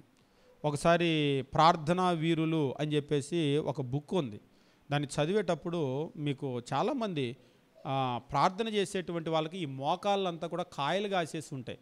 మోకాళ్ళు ఎందుకు కాయలు కాస్తాయి అని అడగొద్దు. ఇప్పుడు మీకు 2 కాళ్ళు ఉంటాయి కదా, మీరు బాసిపట్లు వేసుకొని ఇట్లా కూర్చునేటప్పుడు కాళ్ళు ఇట్లా ఫోల్డ్ చేస్తూ ఉంటారు కదా, ఈ 2 కాళ్ళలో మీకు కాళ్ళకి సైడ్లో ఉంటుంది కదా, ఈ 2 కాళ్ళలో ఒక సైడ్ మాత్రం కాయ కాసి ఉంటుంది. మీరు అంటే మీకు కింద కూర్చునే అలవాటు ఉంటే, నేల మీద కూర్చునే అలవాటు ఉంటే ఇలా మీరు ఫోల్డ్ చేసేటప్పుడు ఒక సైడ్ మాత్రము నేలకి తాగుతుంది. మీరు కావాలంటే పట్టుకొని చూసుకోండి. ఏ సైడ్ అయితే నేలను తాగుతుందో, నేల మీద ఒత్తిడి పడుతుందో ఆ ఒత్తిడికి ఏమవుతుందంటే అది కాయ కాసేసి ఉంటుంది. మీ 2 కాళ్ళు చూసుకోండి, 2 కాళ్ళు ఒకలా ఉండవు, ఒకవైపు మాత్రం కాయ కాసేసి ఉంటుంది. ఇప్పుడు మీకు అర్థమై ఉంటుంది, నేలనది తాకితేనే కాయ కాస్తే మోకాళ్ళ మీద గంటలు ఉంటే ఎట్లుంటుంది అంటే గంటలు ఉంటారా అని అడగొద్దు. నిజంగా మోకాళ్ళు కాయలు కాసినటువంటి వాళ్ళు కొందరు నాకు తెలుసు. ప్రార్థన అంటే మోకాళ్ళే. అదే ఇవాళ మనకి ప్రార్థన అంటే కూర్చున్న వాళ్ళు కూర్చున్నట్లు అట్లా కళ్ళు మూస్తాం అంతే ప్రార్థన. నించోవటం కూడా ఉండదు కనీసం. ప్రార్థన అంటే కూర్చొని అట్లా కళ్ళు మూస్తాం. ఒక ఆయన అంటున్నాడు కళ్ళు మీయటమే ఎక్కువ, కళ్ళు తెరిసే వాళ్ళు కూడా ఉంటారని. ఇవాళ ఎట్లయిపోయిందంటే పరిస్థితి అసలు కళ్ళు మీయటమే ఎక్కువ అనేటట్లుగా అయిపోయింది. ఎందుకంటే కళ్ళు కూడా మీన వాళ్ళు ఉంటారు. కానీ మోకాళ్ళ మీద ప్రార్థన అనేటువంటిది కొంతమంది భక్తులు, ప్రార్థనా వీరులు అసలు ప్రార్థన చేయటం మొదలు పెడితే కొంతమంది ఉన్నారు, మాకు కూడా సేవకులు ప్రార్థన చేయటం మొదలు పెడితే గంటలు గంటలు పూటలు పూటలు చేస్తూ ఉంటారు. పూటే ప్రార్థన చేయడానికి కళ్ళు మూస్తే ఉదయం మొదలు పెడితే మధ్యాహ్నం అయిపోతుంది, మధ్యాహ్నం మొదలు పెడితే రాత్రి అయిపోతుంది, సాయంత్రం. అంతసేపు ప్రార్థన చేస్తారా అని అనుకుంటారు. కొంతమంది అయితే అప్పుడప్పుడు చెప్తూ ఉంటాం కదా, మాకు ఆత్రం నీకు స్తోత్రం అన్నట్టుగా 2 ముక్కల్లో తేల్చేస్తారు, అంతే అయిపోతుంది ఫటాఫట్ ప్రార్థన అంటే. సరే ఎప్పుడు తినేటప్పుడు అంటే ఆత్రం ఉంటుంది, ఓకే అయిపోయింది, ఫటాఫట్ అయిపోయింది. సరే రాత్రిపూట పడుకునేటప్పుడు ప్రార్థన అప్పుడంటే నిద్ర వచ్చేసిద్దంట, నిద్ర కాళ్ళ మీద కూడా ఆత్రమే. మరి పొద్దున్నే లేచి మళ్ళీ మనం డే టు డే కార్యకలాపాలు ఉంటాయి కదా, వెంటనే కళ్ళు మూసామో 1 నిమిషం ప్రార్థన చేసామో మంచం దిగి మళ్ళీ పనులు చేయాలి. ఎందుకంటే లేవటమే లేటుగా లేస్తాం కదా, పోనీ కొంచెం ముందు లేచి ప్రార్థన చేసుకోవచ్చుగా, లేవము. కాబట్టి ఏమైపోయిందంటే ఇవాళ రేపు మన జీవితంలో క్రైస్తవులు దేవుని బిడ్డలం అనుకుంటున్నాం, కానీ ఆత్మీయ జీవితంలో మాత్రము భక్తి విషయంలో చాలా వెనకబడిపోయినటువంటి పరిస్థితులు. చాలా ప్రార్థన అనేటువంటి విషయం అయితేనేమి, ఇదైతేనేమి. మీరు బైబిల్లో గమనించేటప్పుడు క్రొత్త నిబంధన గ్రంథంలో అపోస్తులైనటువంటి పౌలు పత్రికను రాస్తూ ఇక్కడ ఒక మాటను తెలియజేస్తుంటాడు, ఒక వ్యక్తిని గురించి చెప్తూ ఆయన ప్రార్థనలో ఎంత పోరాడుతున్నాడు అనేటువంటి విషయాన్ని తెలియజేస్తూ ఉంటాడు. కొలస్సీలకు రాసిన పత్రిక మనం గమనించేటప్పుడు 4వ అధ్యాయం 12వ వచనము, మీలో ఒకడు క్రీస్తు యేసు దాసుడైన ఎపఫ్రా మీకు వందనాలు చెప్పుచున్నాడు. మీరు సంపూర్ణులు, ప్రతి విషయంలో దేవుని చిత్తాన్ని గూర్చి సంపూర్ణాత్మ నిశ్చయత గలవారై ఉండాలని ఇతడు ఎల్లప్పుడూ మీ కొరకు ప్రార్థించుచున్నాడు అన్నాడా? ఏమన్నాడు? ఇతడు ఎల్లప్పుడూ మీ కొరకు తన ప్రార్థనలో పోరాడుచున్నాడు, ప్రార్థించుచున్నాడు కాదు, ప్రార్థనలో మీ కొరకు ఆయన పోరాడుచున్నాడు. అంటే ప్రార్థనలో పోరాటం ఉంటుందా అంటే అవును, పోరాటం ఉంటుంది. మనం చేయలేదు కాబట్టి మనకు తెలియదేమో, కానీ ప్రార్థనలో పోరాటం అనేటువంటిది ఉంటుంది. ప్రార్థనలో దేవుని దగ్గర కొందరు పోరాడుతూ ఉన్నారు. ఎంత పోరాడుతూ ఉన్నారంటే ఇక్కడ కూడా మనం గమనించినప్పుడు వాళ్ళ కొరకు కొలస్సీలకు పత్రిక రాస్తూ మీ కొరకు ఒకరు పోరాడుతున్నారు అని అంటున్నాడు. కొలస్సీల కొరకు ఎవరు పోరాడుతున్నారు? వాళ్ళ కొరకు ఎపఫ్రా అనేటువంటి ఒక వ్యక్తి వాళ్ళ కొరకు ప్రార్థనలో పోరాడుతున్నాడు దేవుని దగ్గర. ఈరోజు మనం కూడా చేయవలసినటువంటి విషయం ఏమిటి అంటే ఖచ్చితంగా ప్రార్థనలో ఒక పోరాటాన్ని మనం నేర్చుకోవాలి, ఒక పోరాట ప్రతిమ మనం నేర్చుకోవాలి. దేవుని దగ్గర ప్రార్థన చేయటం, మోకరిస్తే దేవుని దగ్గర విన్నపాలు చేయటము, మన కొరకు, మన కుటుంబాల కొరకు, పిల్లల కొరకు, భర్త కొరకు, భార్య కొరకు, ఆర్థిక పరిస్థితుల కొరకు, వీటన్నింటి కొరకు దేవుని దగ్గర గట్టిగా మనం పోరాడాలి. మీరు బైబిల్లో కనుక చూసినట్లయితే ప్రార్థనలో ఉపవాస ప్రార్థన, ప్రార్థనలో కన్నీటి ప్రార్థన, ఇంకా ఒక సందర్భంలో అయితే తెలియజేస్తాడు, ఇవాళ రేపు కన్నీటి ప్రార్థన అంటే కన్నీరు అసలు ఎవరికి రావటం లేదు, మనుషులంతా యంత్రాలుగా మారిపోయారు. ఒకళ్ళు అంటున్నారు, మా ఇంట్లో మా అమ్మ నాన్న చచ్చిపోయినప్పుడే ఏడుపు రాలేదు బ్రదర్ నాకని, ఇంకెప్పుడు ఏడవాలి, ఇంకా అప్పుడే రాలేదంటే ఇంకెప్పుడైనా వచ్చిద్దా అని ఆయన పాయింట్. కానీ మీరు గమనించండి, ఇర్మియా కన్నీరు గార్చాడు. అసలు ఆయన విలాప ప్రవక్త అని అంటూ ఉంటారు. ఇర్మియా కన్నీరు గార్చాడు. సాక్షాత్తు క్రీస్తు ప్రభు ఆయన కన్నీరు కార్చాడు. మీరు క్రీస్తు ప్రభుని కూడా చూసినప్పుడు సాక్షాత్తు క్రీస్తు ప్రభు ఆయన కన్నీరు కార్చాడు. బైబిల్లో మనం గమనించేటప్పుడు హెబ్రీలకు రాసినటువంటి పత్రిక 5వ అధ్యాయము 7వ వచనం దేవుని వాక్యం అంటాడు. హెబ్రీ పత్రిక 5వ అధ్యాయం 7వ వచనం, శరీరధారి అయి ఉన్న దినాల్లో మహారోదనతోనూ కన్నీళ్లతోనూ తన్ను మరణము నుండి రక్షింపగలవానికి ప్రార్థనలు యాచనలు సమర్పించి భయభక్తులు కలిగి ఉన్నదని ఆయన అంగీకరింపబడెను. క్రీస్తు ప్రభు శరీరధారిగా ఉన్న దినాల్లో తండ్రికి ప్రార్థన చేశాడు. ఎలా ఆయన ప్రార్థన చేశాడంటే ఇక్కడ చెప్తూ ఉన్నాడు, ఆయన మహారోదనతో ప్రార్థన చేశాడు, కన్నీళ్లతో ప్రార్థన చేశాడు. మన జీవితంలో ఎప్పుడైనా ఒకసారి ఒకరు అడిగారు, ఎప్పుడైనా ప్రార్థనలో ఒక్క కన్నీటి బొట్టు వచ్చి ఉంటుందా అని, ఒక సింగిల్ డ్రాప్, ఒక్క కన్నీటి బొట్టు వచ్చి ఉంటుందా ప్రార్థనలో ఎప్పుడైనా? మనిషికి ఎమోషన్స్కి ఒక కనెక్షన్ ఉంటుంది, కనెక్టెడ్. మనిషి ఆనందంతో ఉన్నప్పుడు ఆనంద బాష్పాలు అంటారు కదా, కన్నీళ్ళు వస్తాయి. మనిషి బాధలో ఉన్నప్పుడు కన్నీళ్ళు వస్తాయి. అదేంటో కానీ దేవుడు మనకి ఎంత చేసినా ఆనందపడి ఆనంద బాష్పాలు రావు. ఎంత చేసినా, ఆయన ఎంత ఇచ్చినా ఆ ఆనంద బాష్పాలు తెప్పించలేకపోతూ ఉంది. అంతేకాదు మన బాధలో కూడా ఎవరో దగ్గరికి వెళ్ళి ఏడుస్తాం కానీ దేవుని దగ్గరకు వచ్చి ఆడం. ఒకసారి చూడండి, ఎవరో ఆత్మీయులు వచ్చినప్పుడు వాళ్ళతో చెప్పేటప్పుడు తెలియకుండానే దుఃఖం పొంగొచ్చేస్తుంది. అవునా కదా? అందరి దగ్గర రాకపోవచ్చు, మన వాళ్ళు మన ఆత్మీయులు అనుకున్నప్పుడు వాళ్ళతో మాట్లాడేటప్పుడు కష్టం పంచుకునేటప్పుడు దుఃఖం వచ్చేస్తుంది, వాళ్ళ దగ్గర ఏడుస్తాం. మరి దేవుడు నీకు అంత ఆత్మీయుడు కాదా? నిజంగానే ఆ రిలేషన్ లేదు, ఆ ఆత్మీయత అనే రిలేషన్ లేదు. నిజంగా దేవుడిని గనక అంత ఆత్మీయుడిగా మనం ఫీల్ అయితే ఆయనతో మాట్లాడేటప్పుడు మరలా ఆ ఎమోషన్ బయటకు వస్తుంది, ఆ కన్నీరు వస్తుంది. కానీ ఈరోజు అది లేదు. కాబట్టి ఈరోజు మనము ప్రార్థన అనేటువంటి విషయాల్లో ఏదో యాంత్రికంగా చేసేటువంటి ప్రార్థనలే కానీ, ప్రార్థనలో గట్టిగా పోరాటము, ఉపవాస ప్రార్థనలు, కన్నీటి ప్రార్థనలు, దేవుని దగ్గర మనకు ఉన్నటువంటి విషయాలన్నీ కూడా మనం ఆయన ముందు పెట్టటము, రోధించటము, ఇదంతా కూడా మన దగ్గర లేనే లేదు. కాబట్టి మన జీవితాల్లో కూడా మనం ఏమి సాధించలేని పరిస్థితిలో ఉంటూ ఉన్నాం. అదే మీరు ఇజ్రాయేలీని కనుక గమనించినట్లయితే ఉపవాస ప్రార్థన నిజంగా చెప్పాలి అంటే వాళ్ళలో ప్రతి ఒక్కరు కూడా ఒక యోధులే. ఇంకా చెప్పాలి అంటే వాళ్ళలో స్త్రీలు, పురుషులు మనం ఒకసారి గమనించాం, పిల్లల్ని కూడా తీసుకొని వచ్చి నిలబడ్డారు దేవుని సన్నిధిలో ఉపవాసానికి. పిల్లలు, చంటి పిల్లల్ని తీసుకొని వచ్చి ఉపవాసానికి నిలబడ్డారు.